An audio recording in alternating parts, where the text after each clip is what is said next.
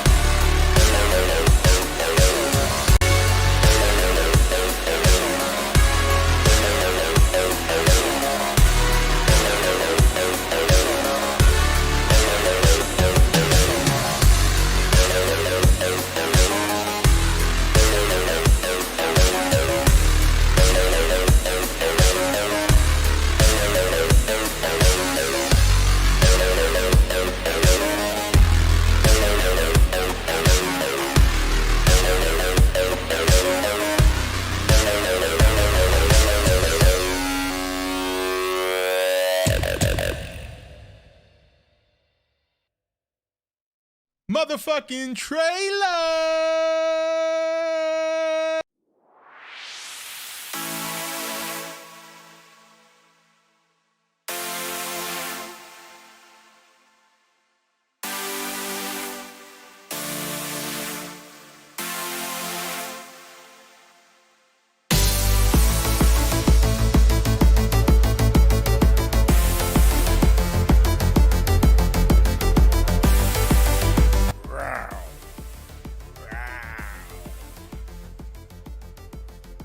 Would you like to see Gorosaurus versus Man, the Silver Trilogy from Toho? No, I would not, because nobody gives a shit about those two monsters. So let's be real, honestly. With the exception of a handful of Toho monsters, a lot of them really suck.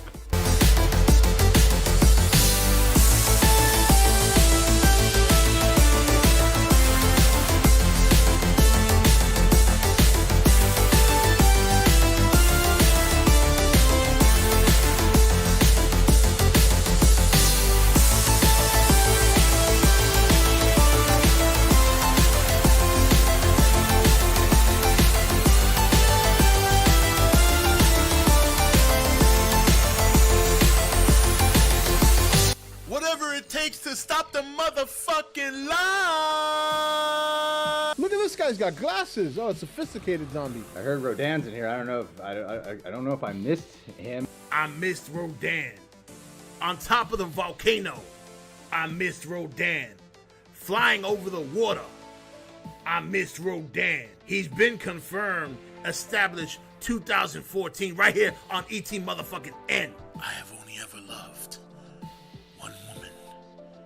And it ain't you, bitch. Poof. Bye-bye. Have a nice trip. See you next fall, because winter's coming. I figured, I thought it was pretty good. I liked it. I enjoyed it. And number one is Godzilla. Godzilla?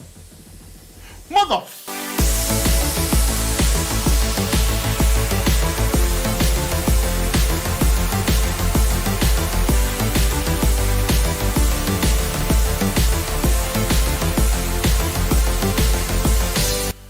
Motherfucking trailer.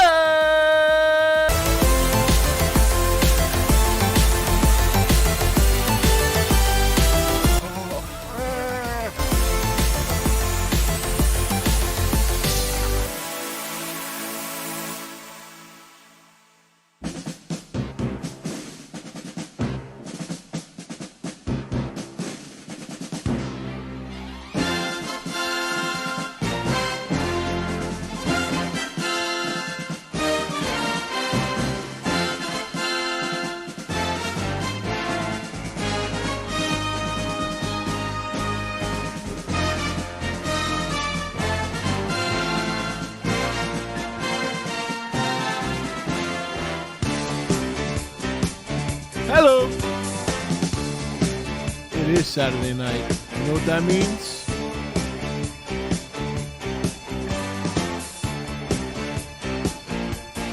Chicken wings and football tomorrow. That's right.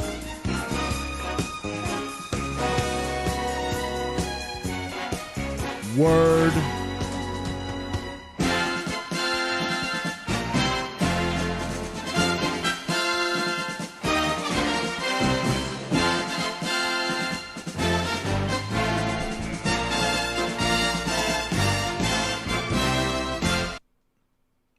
Hello.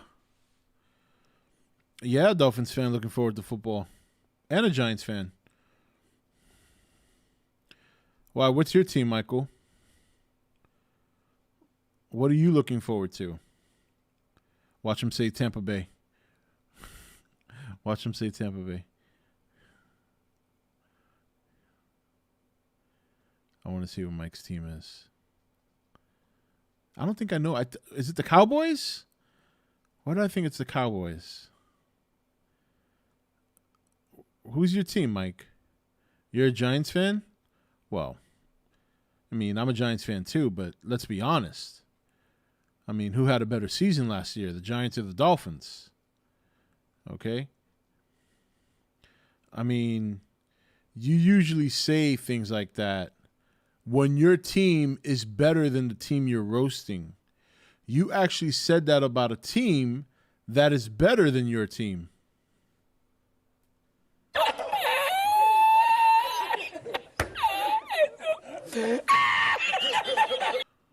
Tua isn't a good quarterback? You know what? Let me tell you what I have to say about Tua. I don't fucking know. You know why? Because he hasn't had a full season. Okay? He played partially last year, and he was a rookie. Okay? Now, let me remind you, Peyton Manning threw 28 interceptions his rookie season, okay? Did you know? Oh, no, you were too young. You were too young when Peyton Manning came around because I was 99. You were like, what, 2? 1? Oh, you may not even been born yet. But the point I'm trying to make is you cannot judge a rookie quarterback on his first season. Usually it's about 3 or 4 seasons in where if you don't see any improvement or he hasn't taken your team at least to the playoffs, then you got to start to question.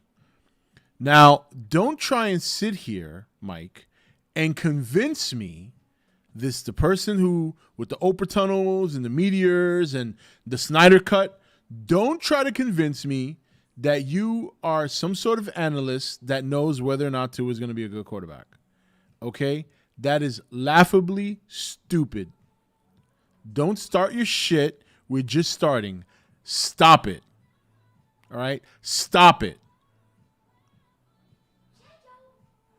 In fact, Mike, you know what? Go suck a dick, suck a dick, suck a motherfucking dick. Suck a dick, suck a huge or small. Yes, let's do that. Let's just get this out the way early because I know how this goes.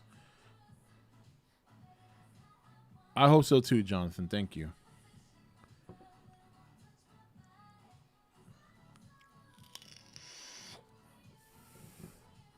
Let's just get that out the way early. In fact, you know what?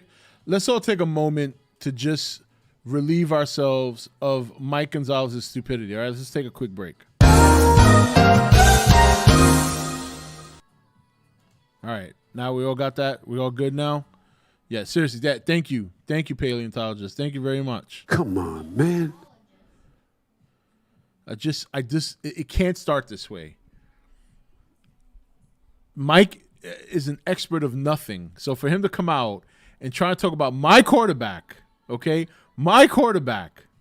This is the guy who thought the Snyder Cut was going to be the next best thing since the return of Christ. Okay? This dude was talking up the Snyder Cut like it was going to be the movie of the year. And now I hope you're right about Dune, Mike. You've had quite a number of L's, okay? You've had a lot of L's in the last year. I hope you're right about Dune, just for your sake.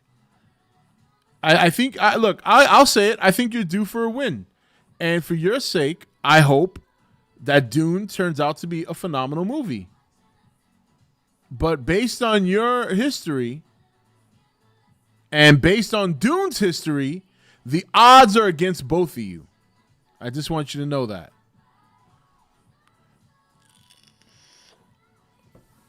All right. How's everybody doing tonight? The views have come out for Dune, and it's everything they've been saying about it. Okay, Mike, I want you to listen to me very carefully, okay? We've been down this road before with reviews. All right? We've had plenty of movies that have reviewed phenomenally, and the movie turns out to be absolute trash. Now, Mike, I already know you love the movie. I already know that no matter how bad the movie might be or how good the movie might be, you are already sold. You have bought in. You have put all your money, your life savings, and your sack on Dune. So for you, no matter what, the movie's a win. Okay? Your opinion is about as valuable as a 7-day-old turd because you have bought in already. You see, people who are smart and people who know how to look at things objectively will not buy in until they see the movie. But you have bought in. So anything you say about Dune right now is irrelevant. Anything you say about Dune right now has no validity at all. So, as of right now, A 7-day-old turd, yes. Who's your top NBA players of all time? I want to hear this. Who, me? Oh, Mike.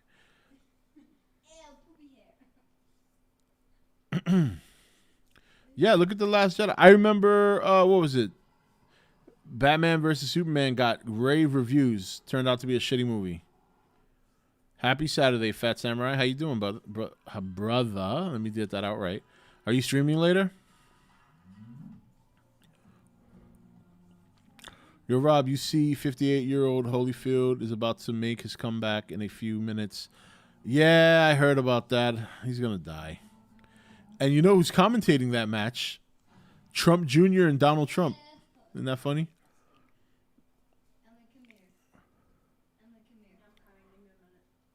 TBF Batman vs. Superman isn't as bad as people say, but it's not as good.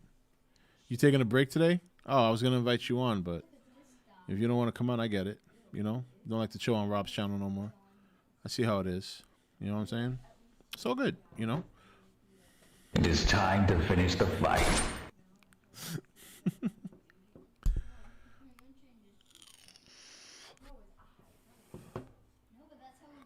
All right. With that said, Man of Steel is as bad as everyone says. No, I disagree. I mean, I understand people don't like it. Some people think it's bad. And you know what? Here's the thing. I know why people say it's bad. And their reasoning for it being bad for them, I get it. I do, honestly. I like that version of Superman. I like it. It's more, to me, it's a little bit more grounded because I can't imagine what it would be like to have his powers, to have to refrain from using them because the world's going to look at you like you're a danger. The original Superman movies never did that. Everyone loved Superman. This Superman movie, they didn't do that. Not everybody loved Superman.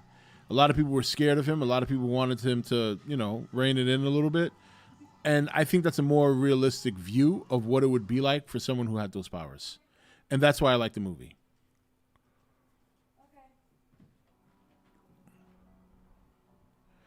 It's pretty cool to see Trump as a boxing commentator. Yeah, it's. I wish I could watch it, but I don't want to spend any money on pay-per-view. Man of Steel was a good start to building the Superman from the comics, but they fucked up with the sequel. No sequel. They took the sequel and hey, Tiffany, what's going on, girl? You know what? Not only do I think Cavill is done with the role, I have a feeling Henry Cavill is going to show up in the MCU at some point. What a slap in the face to DC that would be.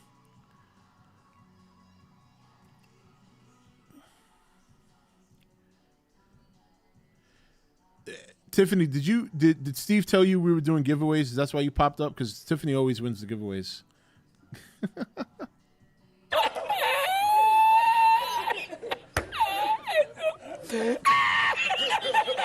No, if I was going to cast Henry Cavill in the MCU, I'd cast him as Nova. Actually, he's sleeping right now? Oh, all right. Sleeping? At 8 o'clock? What did you take him shopping? Did you walk him around the mall for 6 hours, girl? No, I haven't seen Shang-Chi yet. I think I'm going to wait. I think I'm going to wait for it to come on Disney+. He has no idea I'm on the stream. That's awesome. Well, it's good to see you. I'm glad you're here. Damn, that early? No, long week? Yeah, no, I get that. All right, Preston, take it easy, bro.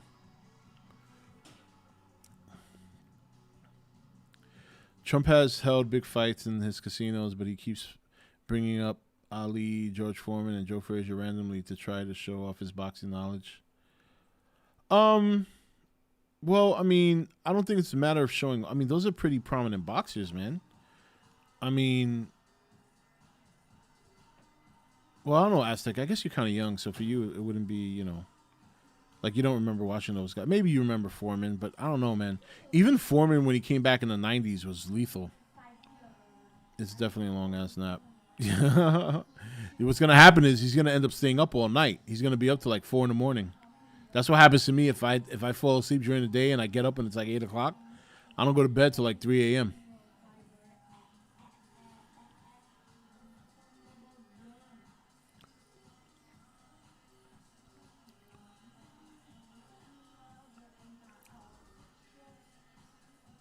I mean, I would think if you're hosting boxing matches for like 20 or 30 years in your casino, I mean, you got to know something, you know? I'm not saying he's a genius, but I'm sure he has some decent knowledge. Probably more knowledge than me, that's for sure.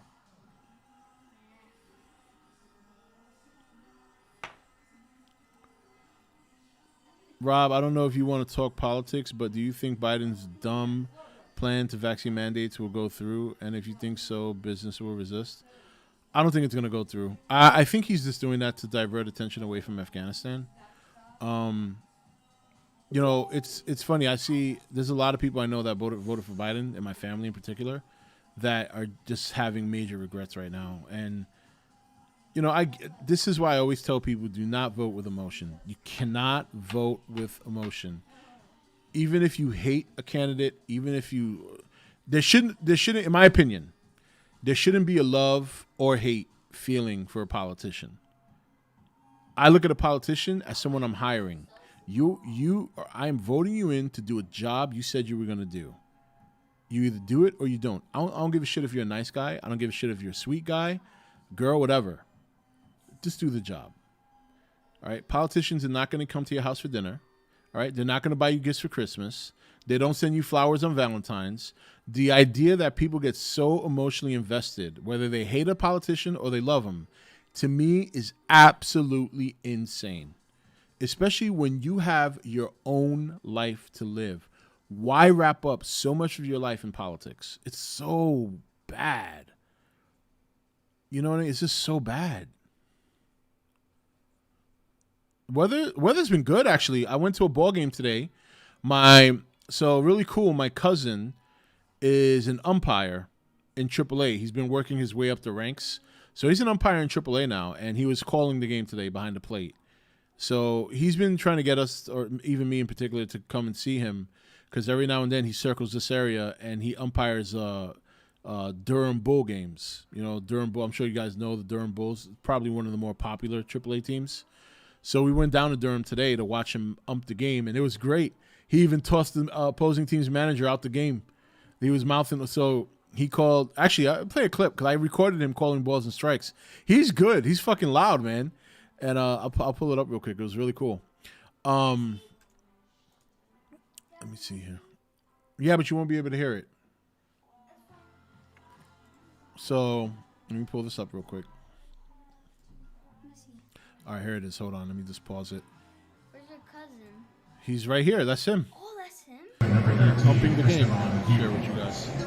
So that's him umping the game. There's my cousin David. Yeah, you can hear me talking. Umping the game behind the plate, calling the balls and strikes.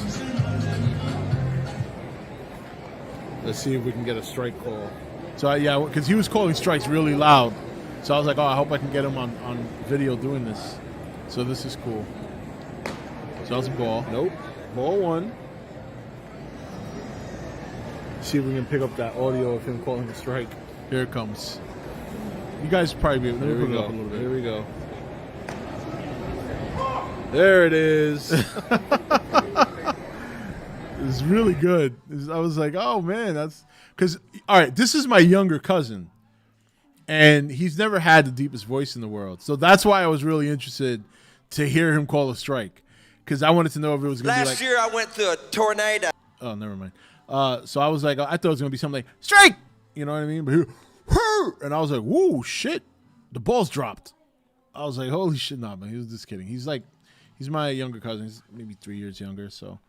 But so yeah, that was fun. So I went with my parents. Right? I didn't take my family because it was like a last minute thing. Because my father reached out to me last night while I was driving home from work and was like, "Hey, do you want to go to David's game? He's umping." And I'm like, "Oh man, I don't know," because usually Saturdays are kind of busy here. So last minute, I decided, you know what, I'll go. You know, I let the kids went to the pool with my wife, and then my wife had errands to run or whatever. So I went. It was only a 7-inning game. It was a doubleheader. So you know they do doubleheaders now or 7 innings. So we watched like 6 innings. Teams hit a couple of home runs. The field was very nice. For a AAA field, it was really nice because I've seen AAA fields before. They're not that nice. Like when I lived in Pawtucket, I used to see the Paw Sox. Their AAA field was not that great. So so that was fun. That's what we did today. Then I came home and chilled out a little bit. Me and my paid some bills, did groceries, and then before you know it, it's time to stream. And that was pretty much it. Yeah, it was cool. It was cool to see him. Motherfucker. So, but my mother is the funny one. My mother came out and was like, you know, she wants to. Hold on. Goji tipped $5. Was up also whatever Mike says comes out of his ass. Mike, go to the corner and shut the fuck up.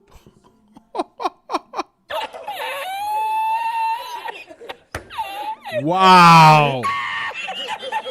Acno just came in on fire. Holy shit. Wow. Damn.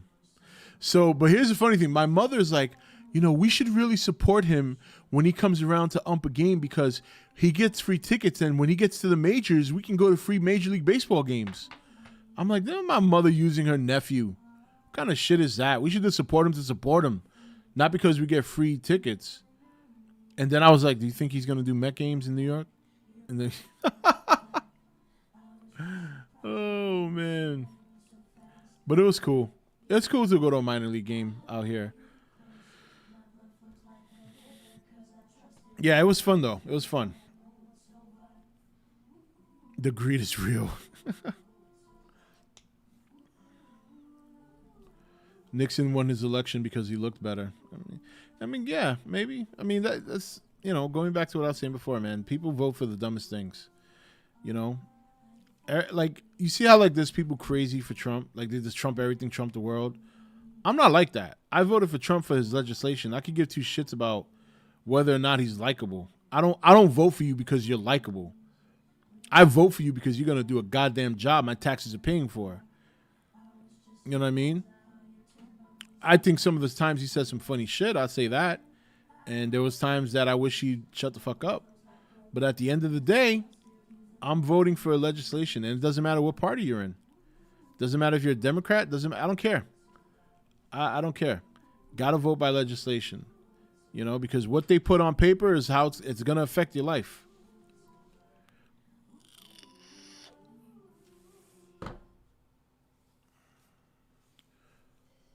Joe Biden's Taliban spy. I will say this much. I do think there's something bigger going on that is not exclusive to the United States. I do think there's something really big happening before our eyes that a lot of people are not recognizing. And I do think there is a one world government in development, slowly in development. I really do. When you look at what's going on in Australia and Canada, and now what they're trying to do here, I don't think Biden pulling out of Afghanistan was a botch. I think that was intentional. You know what I mean? Because now look who's moving in on Afghanistan. It's China and Russia. Those are already 2 big communist countries. Australia is pretty much communist now. I don't know if you guys know that. They've banned protesting. They have marked people's houses who are not vaccinated. They have pretty much anybody who goes outside gets the shit beat out of them from the cops. Australia has taken a turn for the worse. Canada, I know it's not that great. You know what I mean? I know there's some people here from Canada. I don't know. Aldefonica's not here, but you know, there's certain parts of Canada where, I mean, leaving Canada is a pain in the ass in and of itself. So I do think there's some cohesive bad things in the works between different countries. And I think that's why you're seeing this weaker America right now. Because at the end of the day, if you were to get a one world government that controls the people in power are going to live the best lives they could live for the rest of their lives. That means if you get into the government, you're pretty much set for life. And everybody that's not in the government is pretty much fucked. Or unless you're rich. You know what I mean? If you're like in the upper 1%. And it's unfortunate to see that because I think that when I look at fellow minorities, not only black people, but even some Spanish people out there that are completely sold on this whole Either it's BLM Goji or tipped $5. Mike, no, you need help. Please call this number 1-800 shut the fuck up. wow, Acto's coming out on fire today. They do need term limits. I think that it is nothing. It's funny because I was talking about this to my father today in the car. Because I told him, had I known years ago that we would be in this position right now, I wouldn't have gone. I would have gone into politics. Honestly, I would just step in and I would have done everything in my power to shut this down. There's no way, because it pains me to see minorities just selling into this, or not selling, buying into this, allowing the government to do this. It boggles my mind that minorities can see what can support Democrats the way they do, when now the people who are not vaccinated, a great majority of them are minorities, most of them being black people. And now if you're black and you live in New York, you're fucked. You can't go anywhere because of that, because of their vaccine pass up there. And most of the people that are not vaccinated in New York are black. So how can you support a party who says or pretends to support you, but now they're infringing on your rights? And then you get the Black Lives Matter organization. It shouldn't be called Black Lives Matter. It should be called Some Black Lives Matter.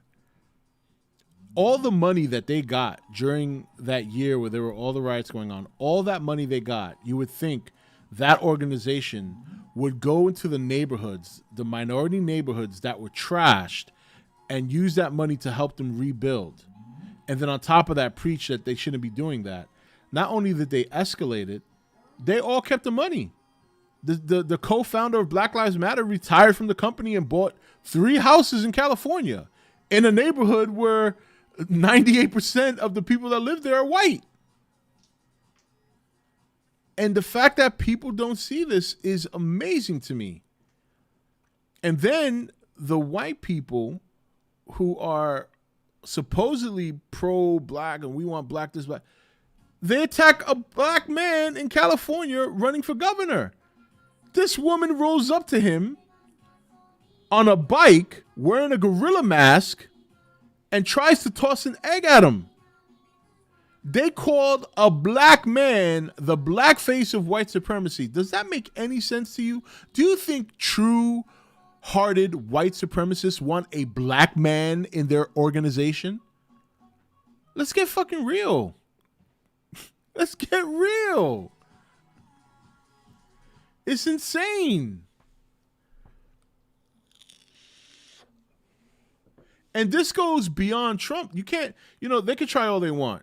Trump has not been president for the past 8 months. Okay? Stop. I'm not saying people should love Trump. You hate Trump, fine. There were days I hated him. I didn't vote for him because he's a nice guy. But guess what? You know what? I'm sorry. I like a good economy. I like low taxes. I like low gas prices. I like a president who's going to not take shit from other countries. I remember when people were crying. You are one awesome. They were crying when he called Chile a shithole country. And you know what? Tactfully, that was not smart. Let's be real. $5. Did but you see what nuts for kaiju LOL? But you want to know something? He's not wrong. He's not wrong. I'm not saying he should have said it. I'm not saying it was a smart move. I'm not saying rah, rah, Trump, la, la. But you want to know something? He's not wrong. So, imagine when he found out that children were being abused in Syria, he dropped a bomb. Okay? What did Biden do? I want to win on 9/11. Let's pull out of Afghanistan with no plan, and let's pull the military out first. Because, the military is not out there to protect civilians.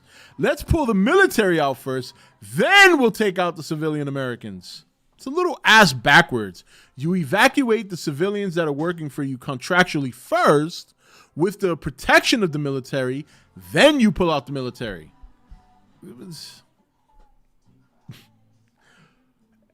Everybody in this chat room, everybody in here, all 40 of you, 39, 41, whatever, because it fluctuates, all of us together could run this country better. I'm dead serious. All of us in this chat room, along with me and all of you, could run this country better. So, think about that. We just chill, right? We shenanigans. We bullshit. We talk about entertainment. But everyone in here, and I know all of you. I've been talking to you guys for years. I mean it. We could run this country better.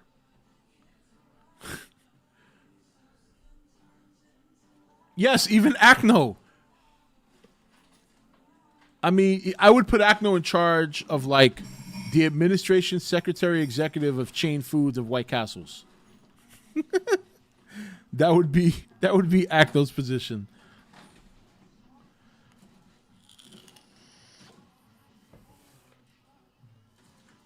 Yeah.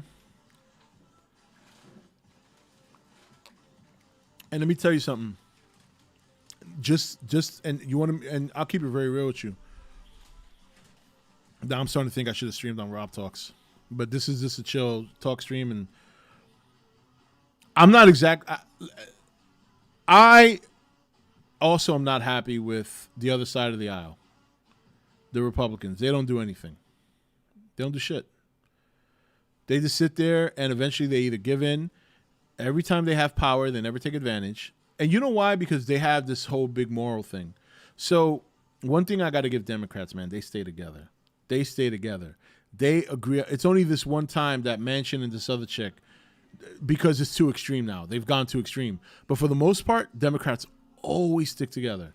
Republicans, when they want to pass a big legislation, there's always 2 or 3 motherfuckers that don't want to do it. Oh, but it might cost too much money. Oh, and which I get that. Oh, but after a while, it's like, dudes, just fucking suck it up and do it. They never stick together. There's always like outliers in the Republican Party because they try to morality. You know, you're gonna die on a hill of morals. Yo, the way things are going right now, it's time to step it up. You know. Republicans need to play a little dirty now. This whole shit, we're not going to cheat, we're not cheat. You know what? Guess what? The other side is. And I don't want to hear no bullshit about cheaters never win. No, the cheaters are winning.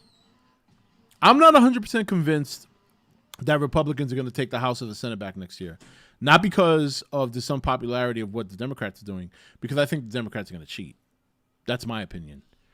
You know, you hear all these big pundits, you know, more Republicans are red wave next year, red wave. Yeah, theoretically it should be a red wave. But think about it. Do the Democrats look worried about that? Doesn't that bother anybody? They don't look worried at all. They're still doing what they're doing. They don't seem to give 2 shits, which tells me they probably think they got this in the bag.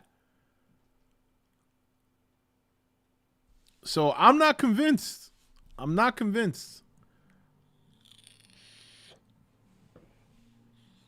you know what else I'm tired of? We should all just speak up.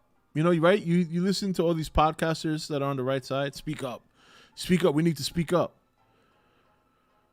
I don't disagree with that, but I think it's time to do a little bit more than just speaking up. You know what I'm saying? I don't disagree with a lot of those guys, but I think it's time to do a little bit more than speaking up. I understand you're a podcaster and you want to continue speaking up because it brings you money, but I think it's time to maybe stop listening to those guys and do something more.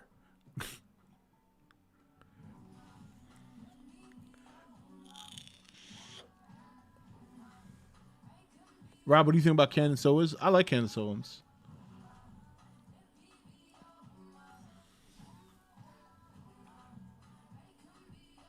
Alex Jones has been right about a lot of things, dude. That's kind of scary. It makes you think about all the things he's talked about in the past. How much of it was he really right about? You know, I'm just saying, like, a lot of people think that, you know, like, it's still funny to quote unquote own the libs. And you know what's funny about that? They're not libs. These people that are fucking this country up are not liberal. These are like communists. You got to have to team up with the liberals. Liberals recognize this now. That's why you see a lot of them breaking away from like the left. And Republicans need to suck it up and be like, you know what? We need to. The enemy of my enemy is my friend. It's time to team up with libs and get these leftists out of here.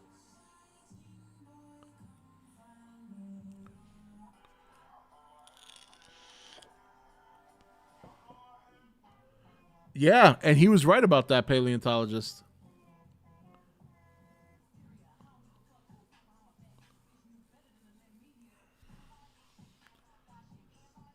What I think needs to happen is everyone in this country that's not a politician needs to, and then that's not a communist, need to come in and get all these motherfuckers out of here. I'm not saying violently, but we need to, like, what happened at the Capitol, but peacefully, but it needs to be like a mob deep. Like, I'm talking, it needs to be like 6, 7, 10 million people need to roll up there and say, we're not leaving until you get the fuck out of here. We're going to do a reset. All right. We're going to reset these seats. We're going to bring in new senators and younger people. Nancy Pelosi is like 150 years old. Okay. And to be fair, on the Republican side, Chuck Grassley is like 150 years old. Can we get some young people up in there? Some people that are more attuned to like modern technology, because big tech is running rampant. And the reason they're still doing it is because you got 90-year-old people in the Senate that don't know a goddamn thing about social media. They're not the ones tweeting. Those are their young, their young interns tweeting for them. No motherfuckers don't know how to tweet. We need like people between the ages of 25 and 45 in the House and in the Senate that know about technology, that can look at Twitter and look at Facebook and say, look, be Twitter, be Facebook, and shut the fuck up. Stop with this bullshit about banning or making calls. People are going to say what the fuck they want, okay? It's a free-ass country, all right? And people need to, and lastly, I will never emphasize this more, people need to stop being ultra-sensitive, okay? I hate this shit that if somebody, give you a good example. Some of you guys know this if you're on the Nation Facebook page. I have been getting bombarded with posts being taken down and getting warnings from Facebook about my post. And you know, all I've been doing is putting curse words in my post. Every post that they've removed from me, I haven't said anything derogatory. And I now have a warning on my account that if I do it again, I'm going to be like banned temporarily. When have you guys ever known me to put anything in Facebook, whether it's the Nation Facebook page or whether it's my own personal page, have I ever said anything derogatory that would even warrant a warning, let alone a potential ban? Yet it's happened to me 3 times this week. We don't accept offensive. You know what? It's everyone's goddamn right to call another person a fucktard, a bitch.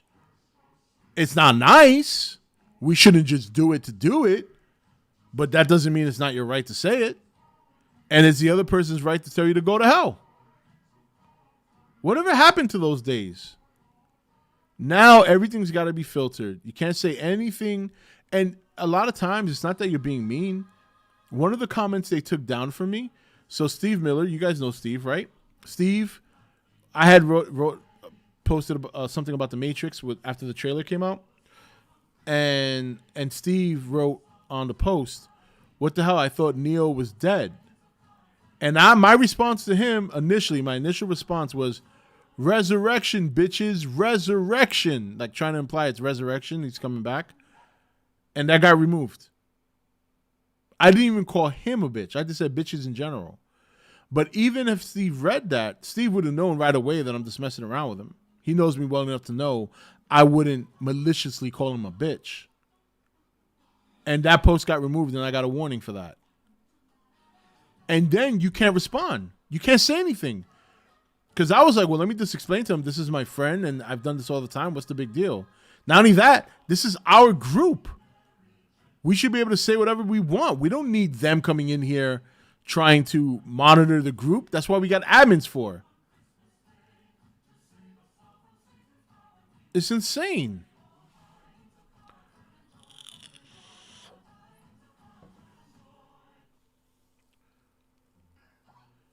We need someone to run for office that's not doing it to you know who we need to run for office? Someone who doesn't actually want the power. That's what we need. Someone who doesn't want to be president. You know why? Because they're going to respect the power more. We need someone in office who has the right mindset but doesn't want the responsibility, and we need to tell them you need to be responsible and do it. Someone needs to accept a responsibility that they're reluctant to have. Because when you have somebody in a position of power that doesn't want that power, they're going to respect it more, and they're not going to take advantage.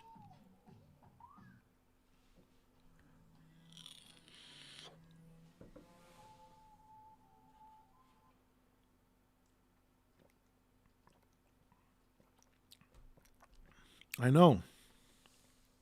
It's amazing how soft a lot of these young kids are these days. I mean, it's concerning. In Facebook when you say poo-poo head. No. This country right now is literally softer than a pillow. Shit, softer than that. It's softer than the feathers inside the pillow. It's not even, and King G, it's not even that we need Trump back in office. We just need someone who's going to do the right job. You know, I'm not saying, I mean, granted, if Trump runs, you want to know something? I got to be honest with you. If Trump runs, that may not be a good thing. There's just too many people who don't like him. You know what I mean? It's not just the leftist. If it was just the leftist, he would have blown out Biden. I think we actually need DeSantis, because DeSantis is all of Trump's strengths without his weaknesses. That's who I think. But he already said he wasn't going to run, so that sucks. But then again, he could be lying because they're always after him. But I actually think if Trump ran, that wouldn't be a good thing. I think he might lose again. I'll be honest with you. Because there's too many people down the middle that just don't like him. I don't even think all the fucking up that Biden's doing in the last 4 years would convince him enough to vote for Trump again. Unfortunately, they should if they just are voting logically, and they're not voting for a person whose tweet, you know, you don't got to read the dude's tweets. Just ignore that shit. You know, should not be making $200,000 a year, and if they are, they absolutely cannot be lobbied. Yeah, but you know, Jose, they're actually making more than that. You're just talking about the salary. You know how much these dudes get in donations? I mean, these guys become millionaires. Then when they step out of office, they all write a book, and that shit sells because everybody wants to know how the sausage is made. Politics is a career about basically making your life. Because you don't have to be in politics forever. You can be in politics for 10, 15, 20 years. If you start into politics at 30 and you become a 20-year, by 50 you could retire. Easily. Between not just your salary, all the donations, right? The book deals, you're a multi-millionaire by the time you're 50, you can retire. That's why they do it.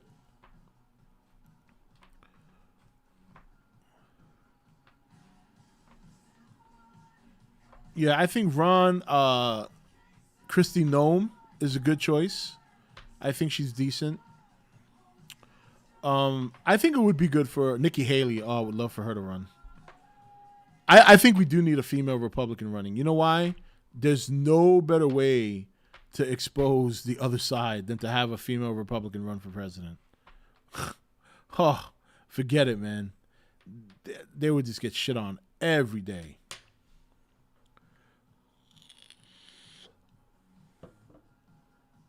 I remember I told my wife that, like, had I known it was going to be like this, I would have gotten into politics years ago. And she said, and then she talked about potentially doing it now. And I said, there's no way I could subject you guys to that shit. But you know, it's funny. My parents in the car today, my father was like, you should get into politics. And he said, what's the worst they're going to find about you? Your Lenny character? And I was like, you know what? That's true.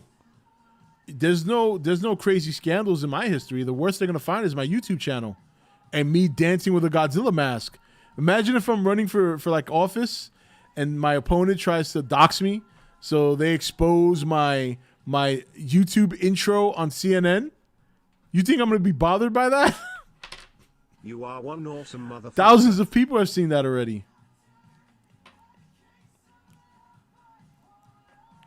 The Fenris Wolf tipped $5. I saw the thing come up, but they didn't Reminds say me when anything. I was asked to be pull treasurer it of up here so Christian we can read Campus it. House. I was reluctant because I didn't think Hold on I one had the second. qualities to Oh, be you know an why? My officer, headset's a off. I leader. just remembered that. However, eventually I did it, and my friend said I was one of the most level-headed officers there.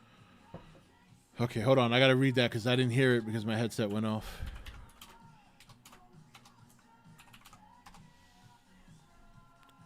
Yeah, I would be like, CNN be like, Mr.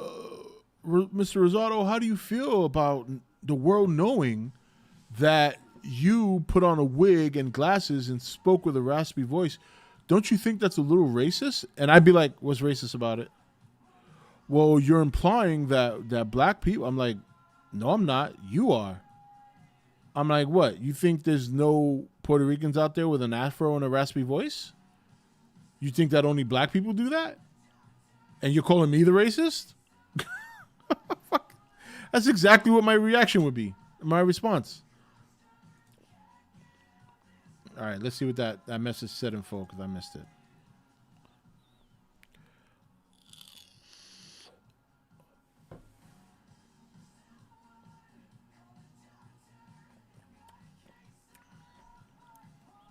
What other words used in fat?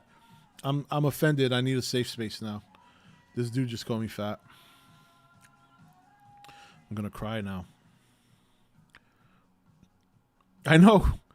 Most people would see that and man, I love this guy. He's got a sense of humor. He's crazy. He's wearing a Godzilla mask and dancing. Or maybe they'll say it's offensive to Asians because I'm wearing a Godzilla mask. Fenris Wolf. Reminds me when I was asked to be a treasurer of Christian Campus House. I was reluctant because I didn't think I had the qualities to be an officer or a leader.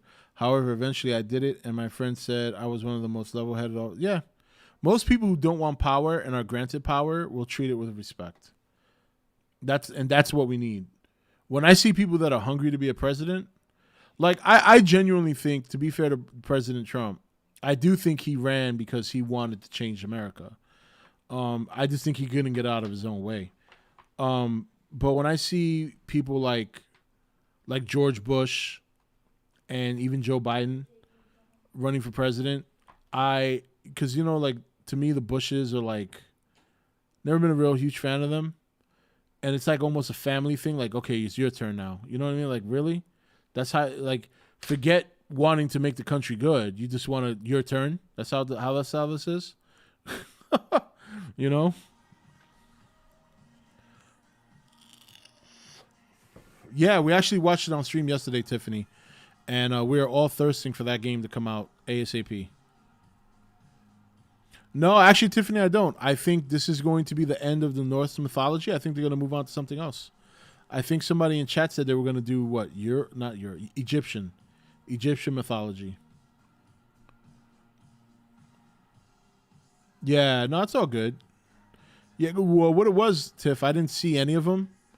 And on Thursday, I did a short stream to talk about The Matrix, and everybody wanted to talk about games. So I said, all right, well, let's do that Friday. I haven't seen any of the trailers yet, so I'll watch all the trailers on stream tomorrow. We can talk about it. So that's what we did.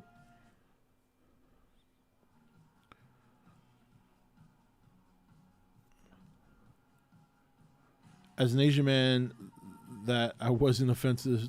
I didn't think it was offensive to wear. Oh, yeah, you wrote that wrong. Okay, you can retype it. Damn, I almost forgot about this stream. I was catching up on live action Matrix films and showing them to my mother. Yeah, Matrix is great. I mean, again, I still think there should not have been any sequels after the first movie.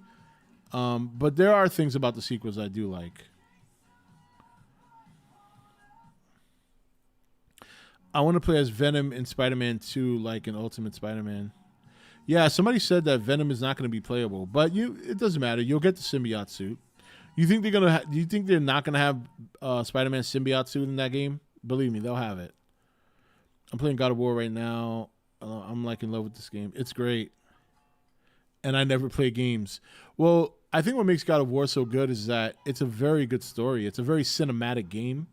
You know what I mean? It's more like it's an enjoyable game. It's got great mechanics, but it's cinematically presented, and I think that's what makes it so appealing.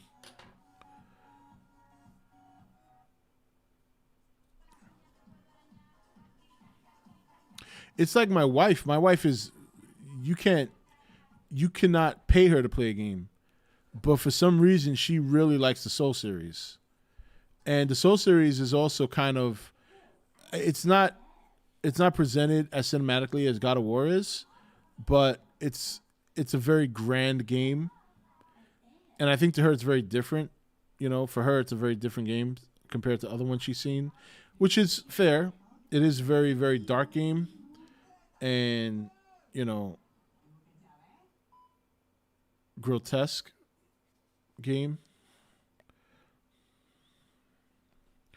Yeah, the axe is awesome. But I want to throw cars and eat people. Well, you're not going to be able to, so too bad.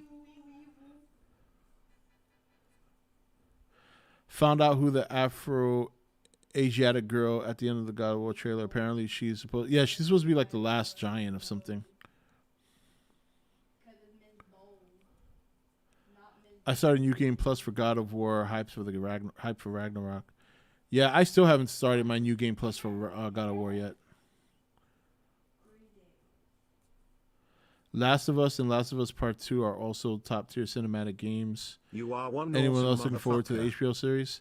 I was never a Last of Us fan, so I'm not looking forward to the series at all. Andrew Cuomo tipped $5. Hi Rob. First time, long time, long. So I was thinking about running for the presidency. Maybe you can be my vice president? Would you be interested? There are some hot bitches that work, I mean, there are a few really good women that work with me too. The first thing I would do is get the Secret Service to fucking snuff that dude out, and then I'll take over. Nah, I don't think so, James. Tiffany asked that a little while ago. I don't think they'll kill him off yet. I think he'll make it to the next series. Plus, I don't know. That's a little bold. You really have to build up Atreus. Like, you can't kill him off and then have Atreus take over yet. He's still too young. I think if they get to the next series and Atreus is like fully grown and buff and is more like, not more like Kratos, but looks like he can at least hold his own, then I think fans would be more welcoming of a ceremonious killing of Kratos and torch going to Atreus, but I think it's too soon.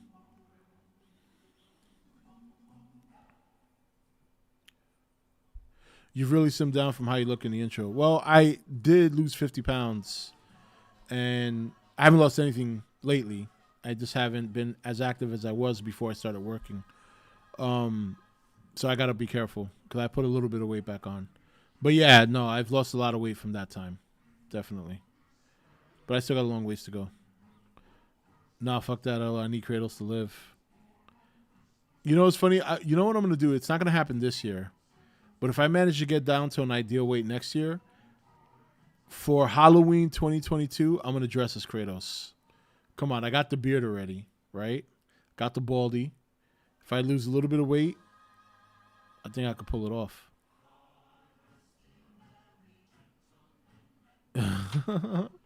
Right now, my cheeks are too chubby. I got to lose some weight. But that should be my goal. My goal is to be Kratos for Halloween 2022, so that'll be my goal to lose weight. Yeah, he should do it too.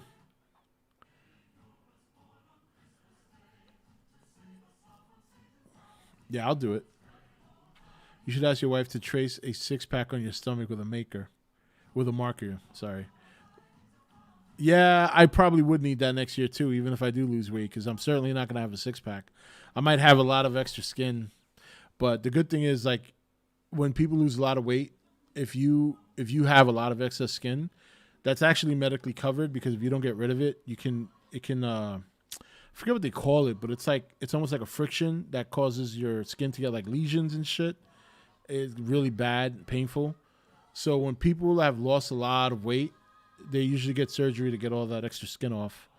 I don't know if that'll happen to me because I don't think I'm gonna have skin hanging like that. But if it does, yeah, I'll have to have the surgery. You think he's gonna die in the Egyptian saga because it will give more time for Atreus to develop, and there are a lot of passing of the torch symbolisms in Egyptian mythology. Oh, see, there you go, Jan. That's a good point. I didn't even know that. The Matrix. What are you doing? Come here. Come here. You want to come up? You want to come up? All right, buddy.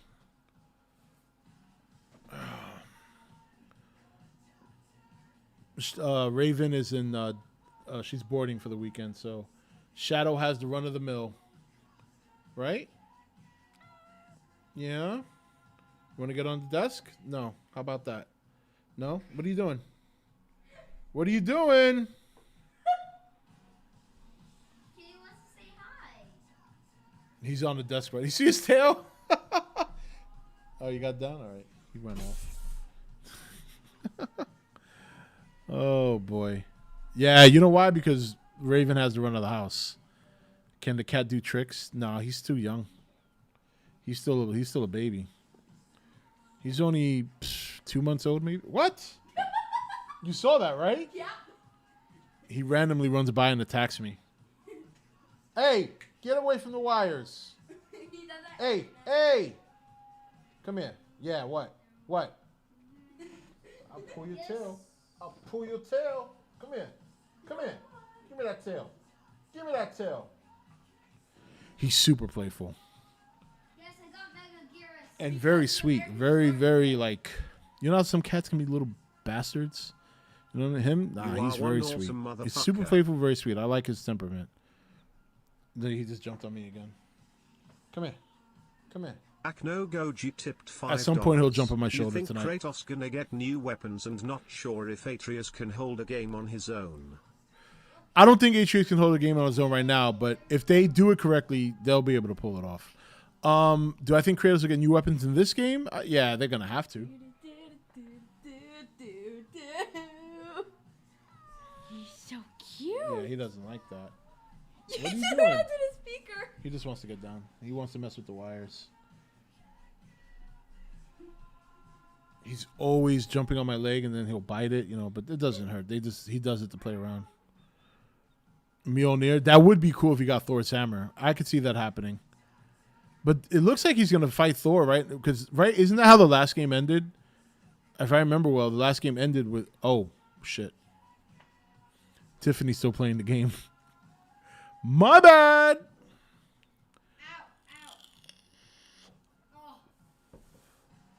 Well, male cats are more affectionate and social. Female cats are more fearful and aggressive. Oh, the irony. Yeah. Thimble of winter, yeah. Sorry, Tiff. Rob Breeze, Twitter, let's cancel him. I was like, what the fuck, Rob? No, yeah. Sorry. I mean, it's not a big plot because he's not part of the story, but it was a cool happening. Let's put it that way.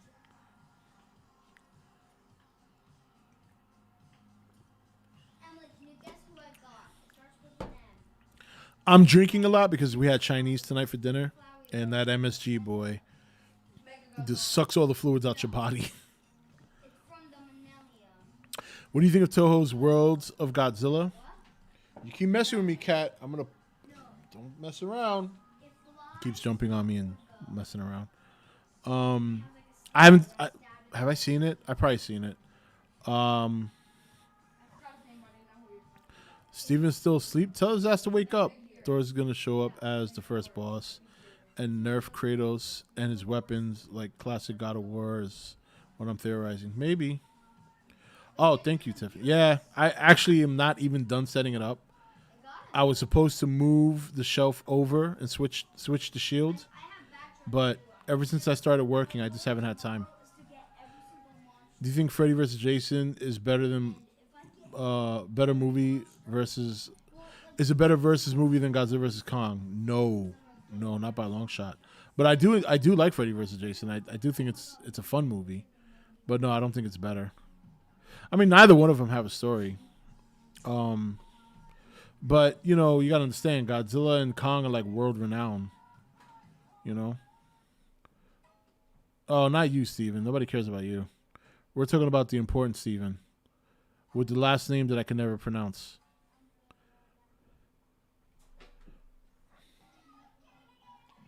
Stop biting my ankles, you little bastard. Look at this little shit. If you guys could see this, it's like he's got his paws wrapped around my ankle and he's biting me. Ow. Well, let me see. A little bastard. Too bad. You little monster. Is this a little monster? Yeah, he's doing it right now. Stop it. But we got a cat. Why she punished him? What are you doing? I don't know. This is Nippy the Unknown's house. Stop biting my what? You know what? I don't really like her that much. Give me this. Give me that. Sky. Look at him. Ow, you little shit. I'm sorry, I can't help but laugh. My God. Dang, that cat must be a beast. Stop. You know what? Come here. Come here.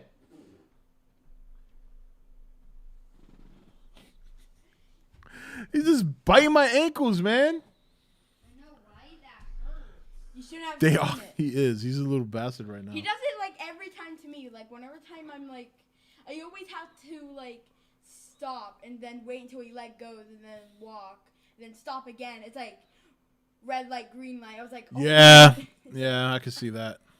He's a little Have bite. y'all read Zack Snyder's treatment for Justice League? I haven't read anything about Zack Snyder and Justice League.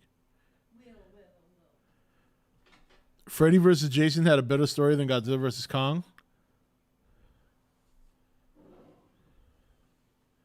Where is it? Nope, wrong button. Hold on. Sorry about that. I gotta get my buttons in order here. I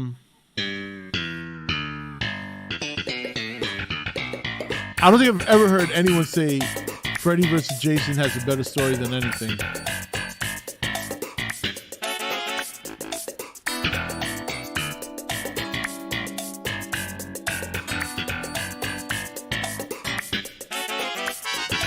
You know what?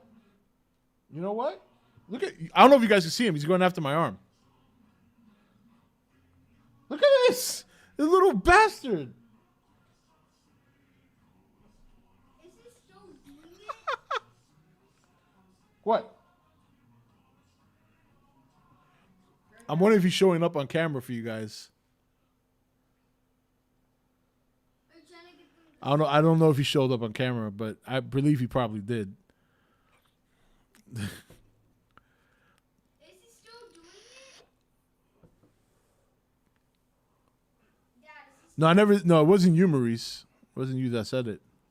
Well, at least the director wasn't biased towards the characters. Well, I'm not complaining about that because he was biased towards the right character. Come on, do you really think Kong had any business defeating Godzilla? Let's be real. Come on. I mean, come on. Let's get serious here.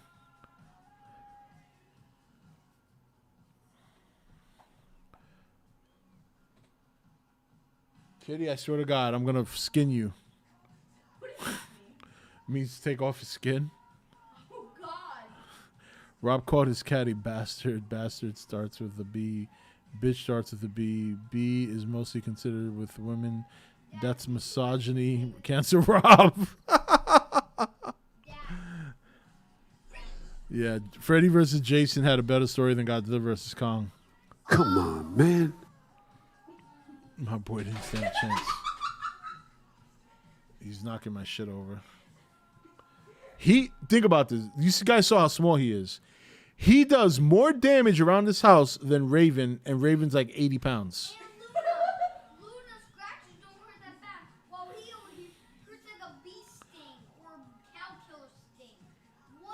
No, Freddy versus Jason is a fun movie.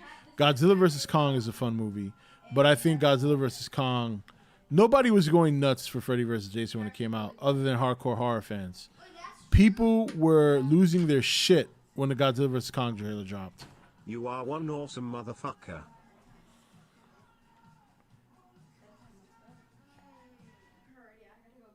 The famous wolf tipped $5. Kong defeating Godzilla is as realistic as Batman defeating Superman.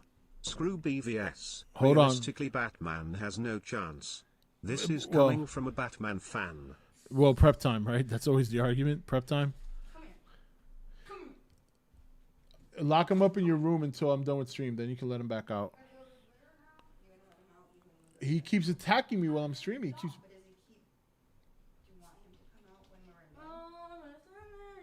Oh, you want? Yeah. Did we leave him in there last night?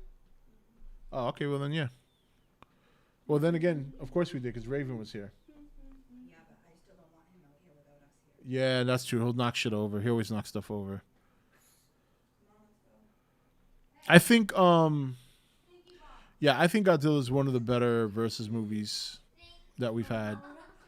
I think it's better than Batman vs. Superman, honestly. I mean, at least the two title versus characters actually fought for a while and on multiple occasions. Batman vs. Superman, they fought for like 2 minutes at the end of the movie. What kind of shit is that? Give Batman the Hellbat armor and he stands a chance. I don't think Kong should have won, but he's way too weak in the movie, Rob. He should have been a bigger threat. I think the point is that he wasn't supposed to be the bigger threat. Mechagodzilla was. And, you know, Godzilla has a natural advantage over him. He's bigger than him. He's got the atomic breath. I mean, that's a big advantage. I mean, I give Kong credit. He dealt with that pretty well. Like, I love this little bastard. You see my camera bouncing? That's my daughter running after my cat. Where did he go? I'm trying to get him so we can stay tonight. To think, a little 5 pound, not even 5, what is he, like 3 pounds? One. Tiny. You guys saw how tiny he is. He's wrecking the house right now. He's running around just wrecking shit. Oh, God. Yeah, like when he grabbed the top of the building and used it as a shield, I thought that was genius. I mean, I do think they showed some of the, I do think they highlighted some of the more interesting things about Kong, in particular his intelligence. Not only on the battlefield when fighting Godzilla, but also like, you know, he knows sign language. The move where he was on the top of the building and he a surprise attack Godzilla, that was incredibly smart. Although I think it would have been smarter for him to finish off Godzilla when he took him down. Like, I don't think he should have just walked away from that. I think he should have been like, all right, you're down, let me finish you off, but be that as it may. But Godzilla's not king of the monsters for nothing. You know what I mean? Like, I think that this is probably how Kong should have been represented. Represented as a strong fighting monster with a lot of heart, but not everybody can overcome the odds, and the odds were stacked against him. And let's face it, he got the victory over Mecha G. I mean, nobody saw that. I mean, we all saw that coming, but no, we've been talking about that for years. But what I'm saying is they gave him a really good moment at the end. It's not like they really shit on him completely. They just wanted to portray that Godzilla is the king of monsters. And while Kong may not serve him, he's got to respect that.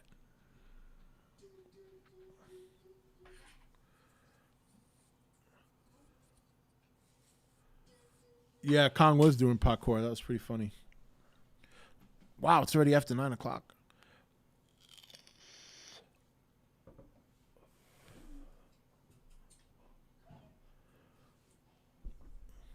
No, it didn't, Mike. Stop being stupid. All it did was slow down Mechagodzilla for like a hot minute. He was still very much active after that. Oh, actually, technically, you want to get real?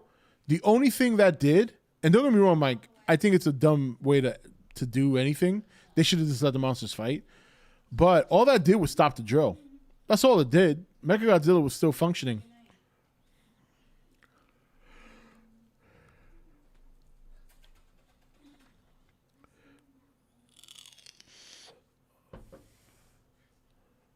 Godzilla let him know who was boss when he was standing over him with his foot on his chest.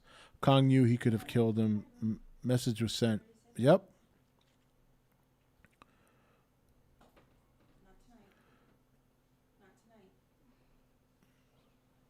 Nope. Seeing as Kong has never fought a monster like Godzilla before in the MonsterVerse, I think he did a pretty good job fighting Godzilla, even if he did lose. Yeah. He did a better job than the Mutos. He landed a lot of shots on Godzilla. Wow. Night, buddy. And a couple of times, the only thing that saved Godzilla was his atomic breath. Like, there were a couple of times that Kong was ready to rip his jaw open. And if Godzilla didn't shoot out a quick atomic breath to burn his fingers, it would have been done.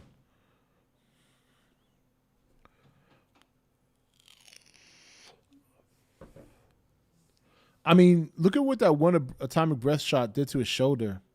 And Kong felt that. Like, Arr! Can you imagine what would have happened if you caught him flush in the chest? He would have carved a hole in his chest. Rob, even you said you would have made Kong a bigger threat. Oh, yeah, I still stand with that. I would have made him a bigger threat, but I'm not disappointed at what they did with him. I think that's probably a better representation of how it should be than what I would have made him a bigger threat, because to me it should have just, like, I'm happy we got Mechagodzilla, don't get me wrong, but I wanted it to just be Kong and Godzilla.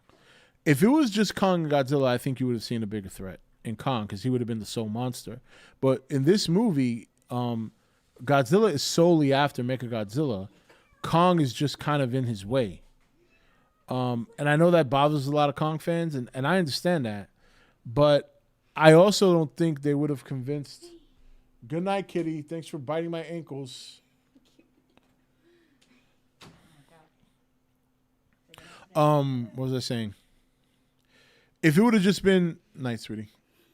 Well, night, kitty. You want to say something? Okay.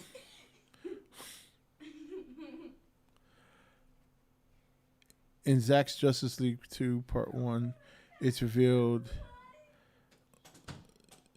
that Lois is pregnant with Bruce's child, and she gets incinerated by Darkseid, Omega Beam, and the nightmare becomes...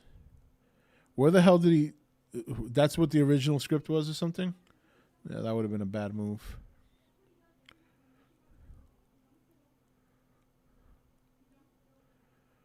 Yeah, he wants to run around and go nuts. Rob, have you seen the Godzilla vs. Kong animation fight on YouTube? I think that's the best fight between Godzilla and Kong. Yeah, we've seen that. We've watched it here on the channel at least twice, I think.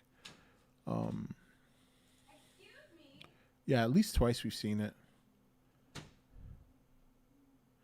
All right, let me pull up some Nukes, because it's already after 9, and we all know how long Nukes is. How long some of his videos can be.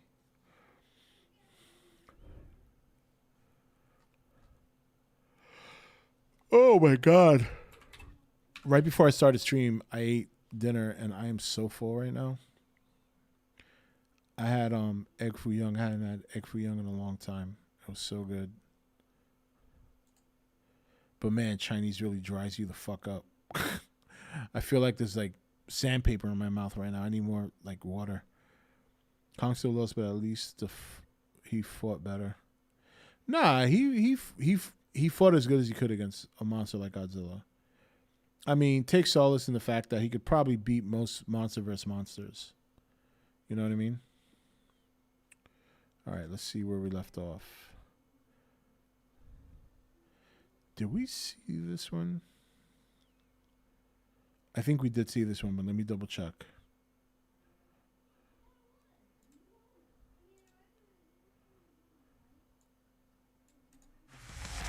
You've seen us go to a lot of places where family was being...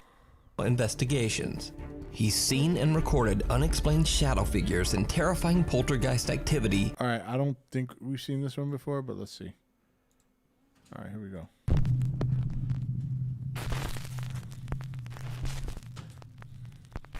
Top 5 ghosts caught on camera. Exorcism, fail. Paranormal investigator Mark from the YouTube channel Donnie Drunkard believes his home in Canada is haunted by a very dark entity that attached itself to him after one of his many paranormal investigations. He's seen and recorded unexplained shadow figures and terrifying poltergeist activity that has terrorized both Mark and his cute little dog, Terry. During 2 of his live streams, he points an SLS camera towards the storage closet in his basement.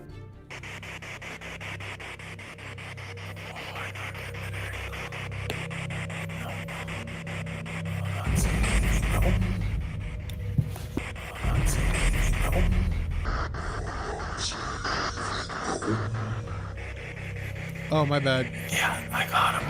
Hey, oh. Yeah, I got him. Hey, oh.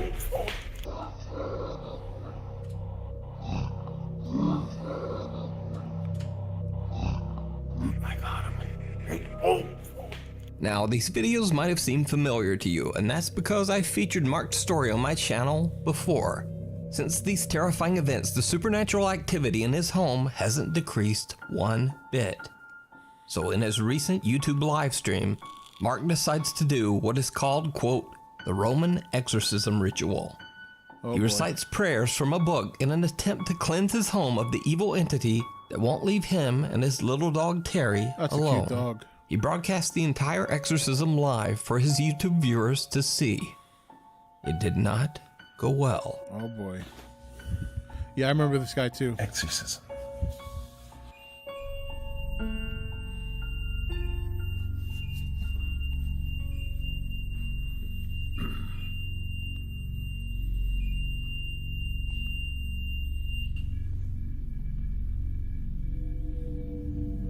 That's okay.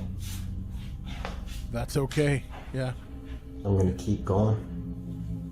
Mark's REM pod goes off, but he doesn't think much of it. He continues to read prayers from the, quote, Roman ritual book. That's when things get downright chilling. O God of heaven and God of earth, God of the angels and God of the archangels, God of the patriarchs. What? You can't do an exorcism with a Guns N' Roses poster in your house. Eyes upstairs. Eyes upstairs. Eyes upstairs. Eyes upstairs. Whoa. What was that? Walk right by the TV. One of Mark's static cameras captures what appears to be a pale translucent figure walking in front of his television nearby. Some of Mark's concerned live stream viewers believe the figure actually looks like a monk, but it's a bit hard to tell. What do you think this sudden creepy appearance could be? Let me know down in the comments. You can follow Mark's continuing scary paranormal story and live streams over on his YouTube channel, Donnie Drunkard. You decide.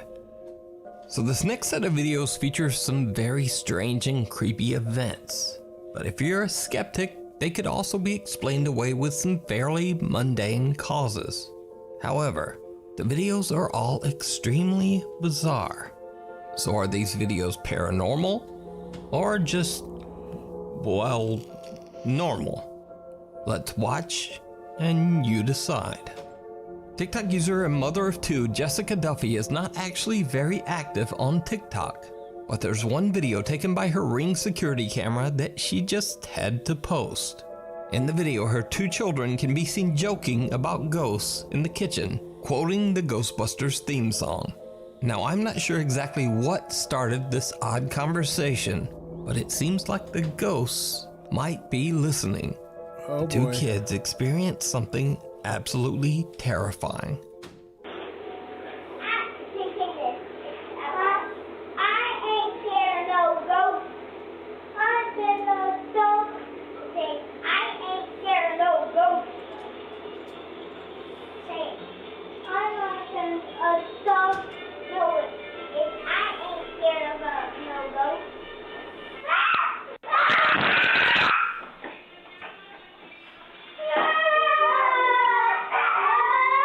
I thought they weren't scared of any ghosts.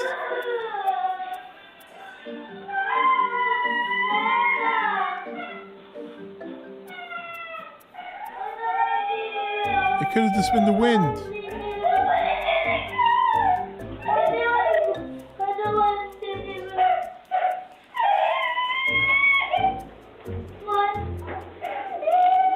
So they run outside?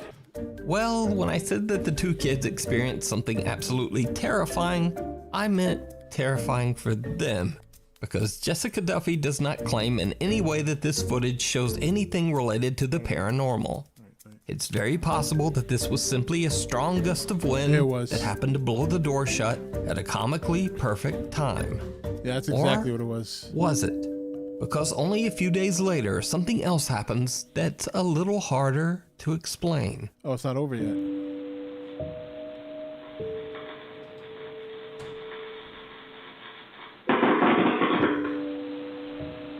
The hell was that?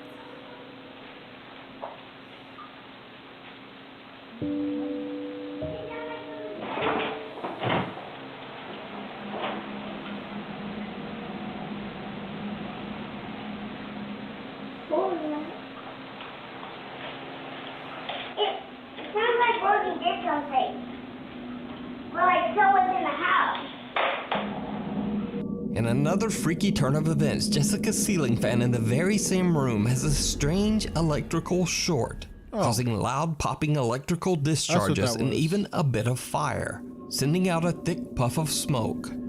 The next day, of course, Jessica calls in an electrician to prevent a dangerous house fire. Now again, this might not be anything paranormal at all, but it's certainly a very strange phenomenon to occur just days after her children decided to taunt, quote, ghosts in the house. Or, you know, maybe it's just a very weird series of coincidences. Yes, as the name of the story implies, you decide. I don't think there's anything paranormal there. That was definitely a gust of wind, and that's just a bad electrical job.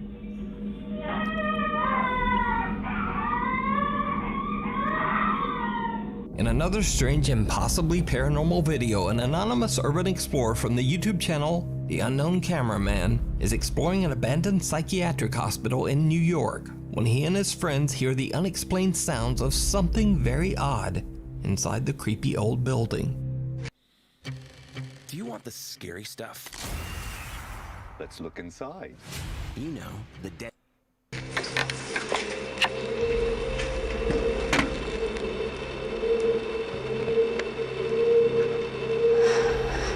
What's going on, Severio? I barely hear that.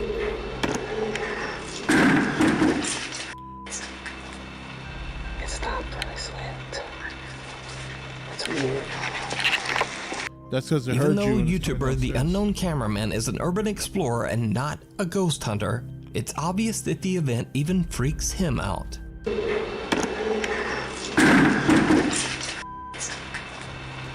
It stopped when I slipped. It's weird. Now, viewers of the Explorer's channel have mixed ideas of what this strange sound could be. Some say it's roosting pigeons in the building. Some claim it's the whooshing sound of an odd vacuum created inside the closed-off structure. And others believe it might be something paranormal. No one really seems to agree on just what this sound could be. But the real question is, why does the loud sound just suddenly stop all at once? Whatever this creepy sound is, it's definitely not something you want to hear while exploring an old abandoned mental asylum. Popular streamer Brian from the Twitch channel Daily Dasher travels the world and broadcasts his adventures live for thousands of people to watch on Twitch. In one of his many 6 to 8 hour long live streams, he is celebrating his birthday in Ecuador. During his live broadcast, his viewers are shocked when they see someone who seems very out of place. Yeah, I'm a little confused too. But it seems like, why is there a child here? That's weird. He said that they closed at 10, and it seems like that's what someone in the chat said, the curfew is extended, but it's till 10. So even though we didn't get the exact words out of his mouth, there's still a curfew. It seems like these might add up. That's actually... That is kind of weird. Don't scare me like that. Oh my God, it's gone! Oh no! All right, that's... Chat, I don't like supernatural stuff. Why you guys said it's a ghost girl? It's gone! That is really weird. I should have stayed home.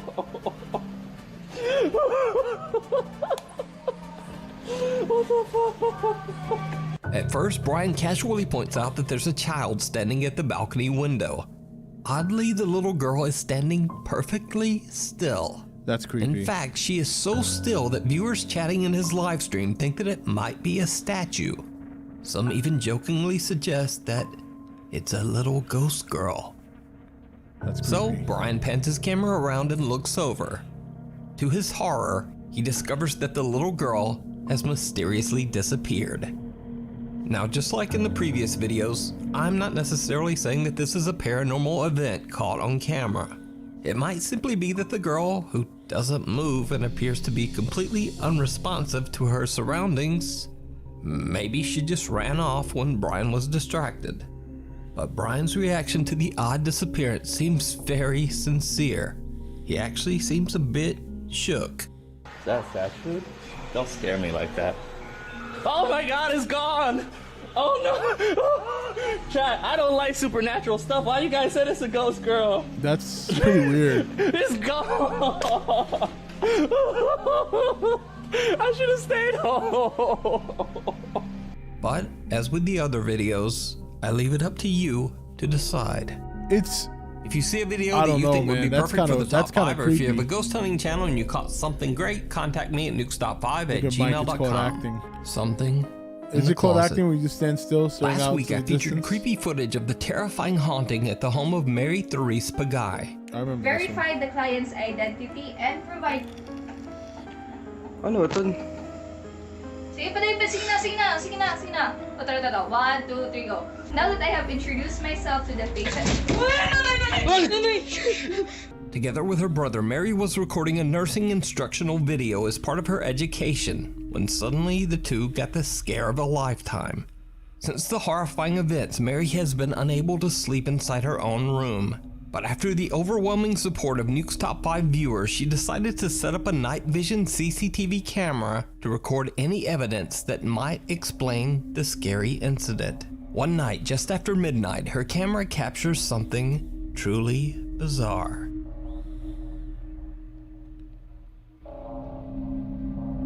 Someone smoking? Oh.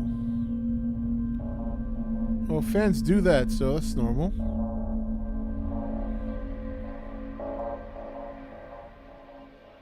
That's normal. Fans do that.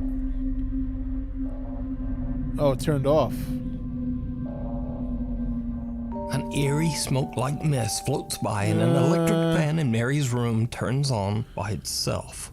Her curtains move on their own and a bright orb appears right before the electric fan turns itself off again. So let's say you have to read an incredibly long email from your boss that you have to finish before the big... Mary says that earlier that day her camera caught even more unexplained footage. Okay, let's see. Alright. Dresser door opens. Peekaboo.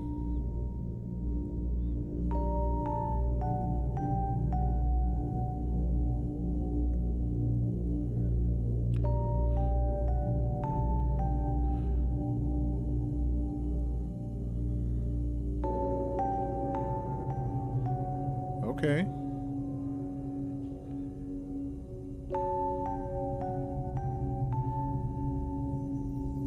Whoa. The closet door swinging open and slamming shut on its own is creepy enough, but the footage is even scarier when you realize that a dark shadow slowly creeps its way towards the closet. Now it's a little hard to see at first, but watch closely as I add a little video enhancement.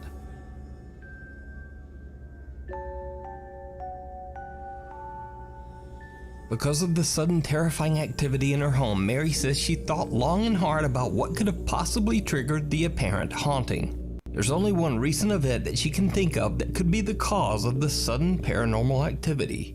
You see, earlier this month, Mary and her boyfriend were on their way home when they witnessed a terrible traffic accident. Mary's boyfriend is an emergency medical responder and immediately rushed to the victim, who had severe critical injuries. Sadly, it was too late, and the man didn't survive. Mary believes that the spirit of the victim just might have followed her home. Now, before this next clip, it should be noted that Mary has shown the inside of her small closet in a previous video, and there really isn't much room for anyone or anything in there. But days later, when she checks her bedroom CCTV footage, what she finds is downright terrifying. We're gonna see a little monster come out. Oh my God, look at that hand.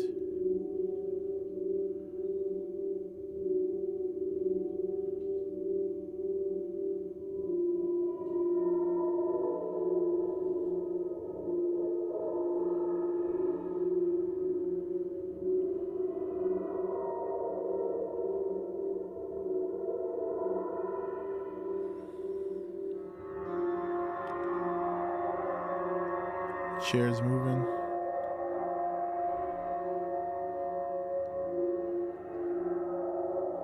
Did you see it? A hand can be seen reaching out from inside of Mary's bedroom closet, and soon after, the stacked set of chairs in front of her desk move on their own. So just what do you think is happening in Mary's family home? A little bit of a haunting. Wow, so many ads. Go to a lot of places where family was. Something still lives here. A paranormal investigation team from the YouTube channel RC Fun TV travels to an abandoned house in Battambang, Cambodia. Locals claim that in 1994, the land used to be a graveyard for hundreds of deceased men, women, and children. Eventually, the land was sold and the owner had the cemetery excavated and the bodies burned to make room for his new family home. Shortly after the completion of the house, allegedly several members of the family were repeatedly pulled out of their beds by an invisible force. Soon after, the family began to suffer from horrible, unexplained diseases. Fearing that they were cursed by the angry spirits of the former graveyard, they left the home and never returned. The small wooden house has now been abandoned for over 10 years. The Cambodian paranormal team prepares a ceremonial offering for the restless spirits that might be haunting the home. During the preparation, they are interrupted by something they can't explain. Okay, ប្រិមិត្តឥឡូវនេះយើងបានរៀបចំសម្ដែងនៅចំពីមុខកាមេរ៉ាតែម្ដងបាទកាមេរ៉ាតែផ្លូវនេះយើងឡើងអត់បានទេតែទីទៀតយើង Do you ever think ghosts think to themselves, why do humans do this shit? We don't want no offerings. ឥឡូវខ្ញុំលើកទូទៅកូនចៅមកនេះគឺមកសុំថតបាទមកសុំថតហើយចង់ដឹងថាមូលហេតុអ្វីបានជាម្ចាស់ផ្ទះមិននៅទីនេះគាត់នៅមិនសុខបាទគាត់នៅមិនបានឬក៏មានអ្វីនៅទីនេះមានអីហ្នឹងគឺសុំឃើញបាទគឺសុំឃើញណាយ៉ាជួយយ៉ានេះនោះ You better do that offering now. The unexpected loud bang sends the host of the RC Fun TV team into a fit of nervous laughter, but they continue their exploration. That's the team the first is sign a little right there. reluctant to climb the rotting wood stairs of the house and instead head around to the back of the building and climb onto the roof. What happens next is downright chilling. Okay, ប្រិយមិត្តឥឡូវនេះយើងឲ្យក្រុមការងារបងឡើងណាក្រុមការងារពីរនាក់ឡើងទៅស្មើដើម្បីសំឡូងវិញ្ញាណណាបើយើងចង់ដឹងថាតើនៅទីនោះយើងអាចនឹងប្រទេសអ្វីបងឈីឡើងហ្នឹងហើយឡើងតោគ្នាគ្នាបាទតោគ្នាហ្នឹងបងនេះជន់អាហ្នឹងឈើទូចបងជន់នៅទីកណ្ដាលនេះទៅក្នុងបាទហ្នឹងហើយ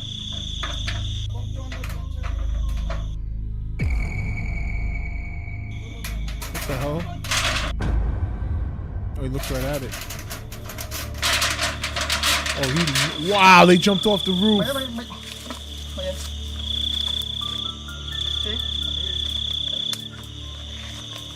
You know shit's real. One of the team members comes face to face with a ghoulish, pale apparition peeking out of the window. Out of shock, both team members forget their own safety and just jump right off the side of the roof.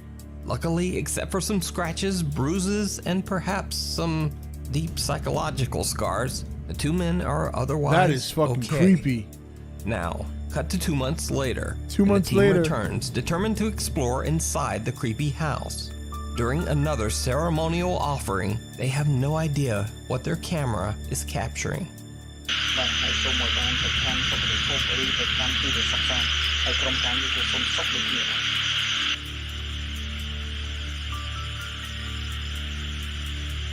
Did you see it? Nope.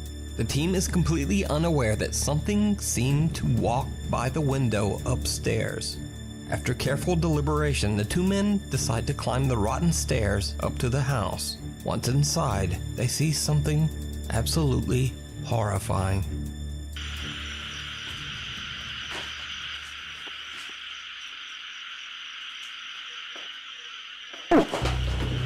In an incredibly bizarre turn, a disembodied head can be seen sitting on top of a wooden support beam.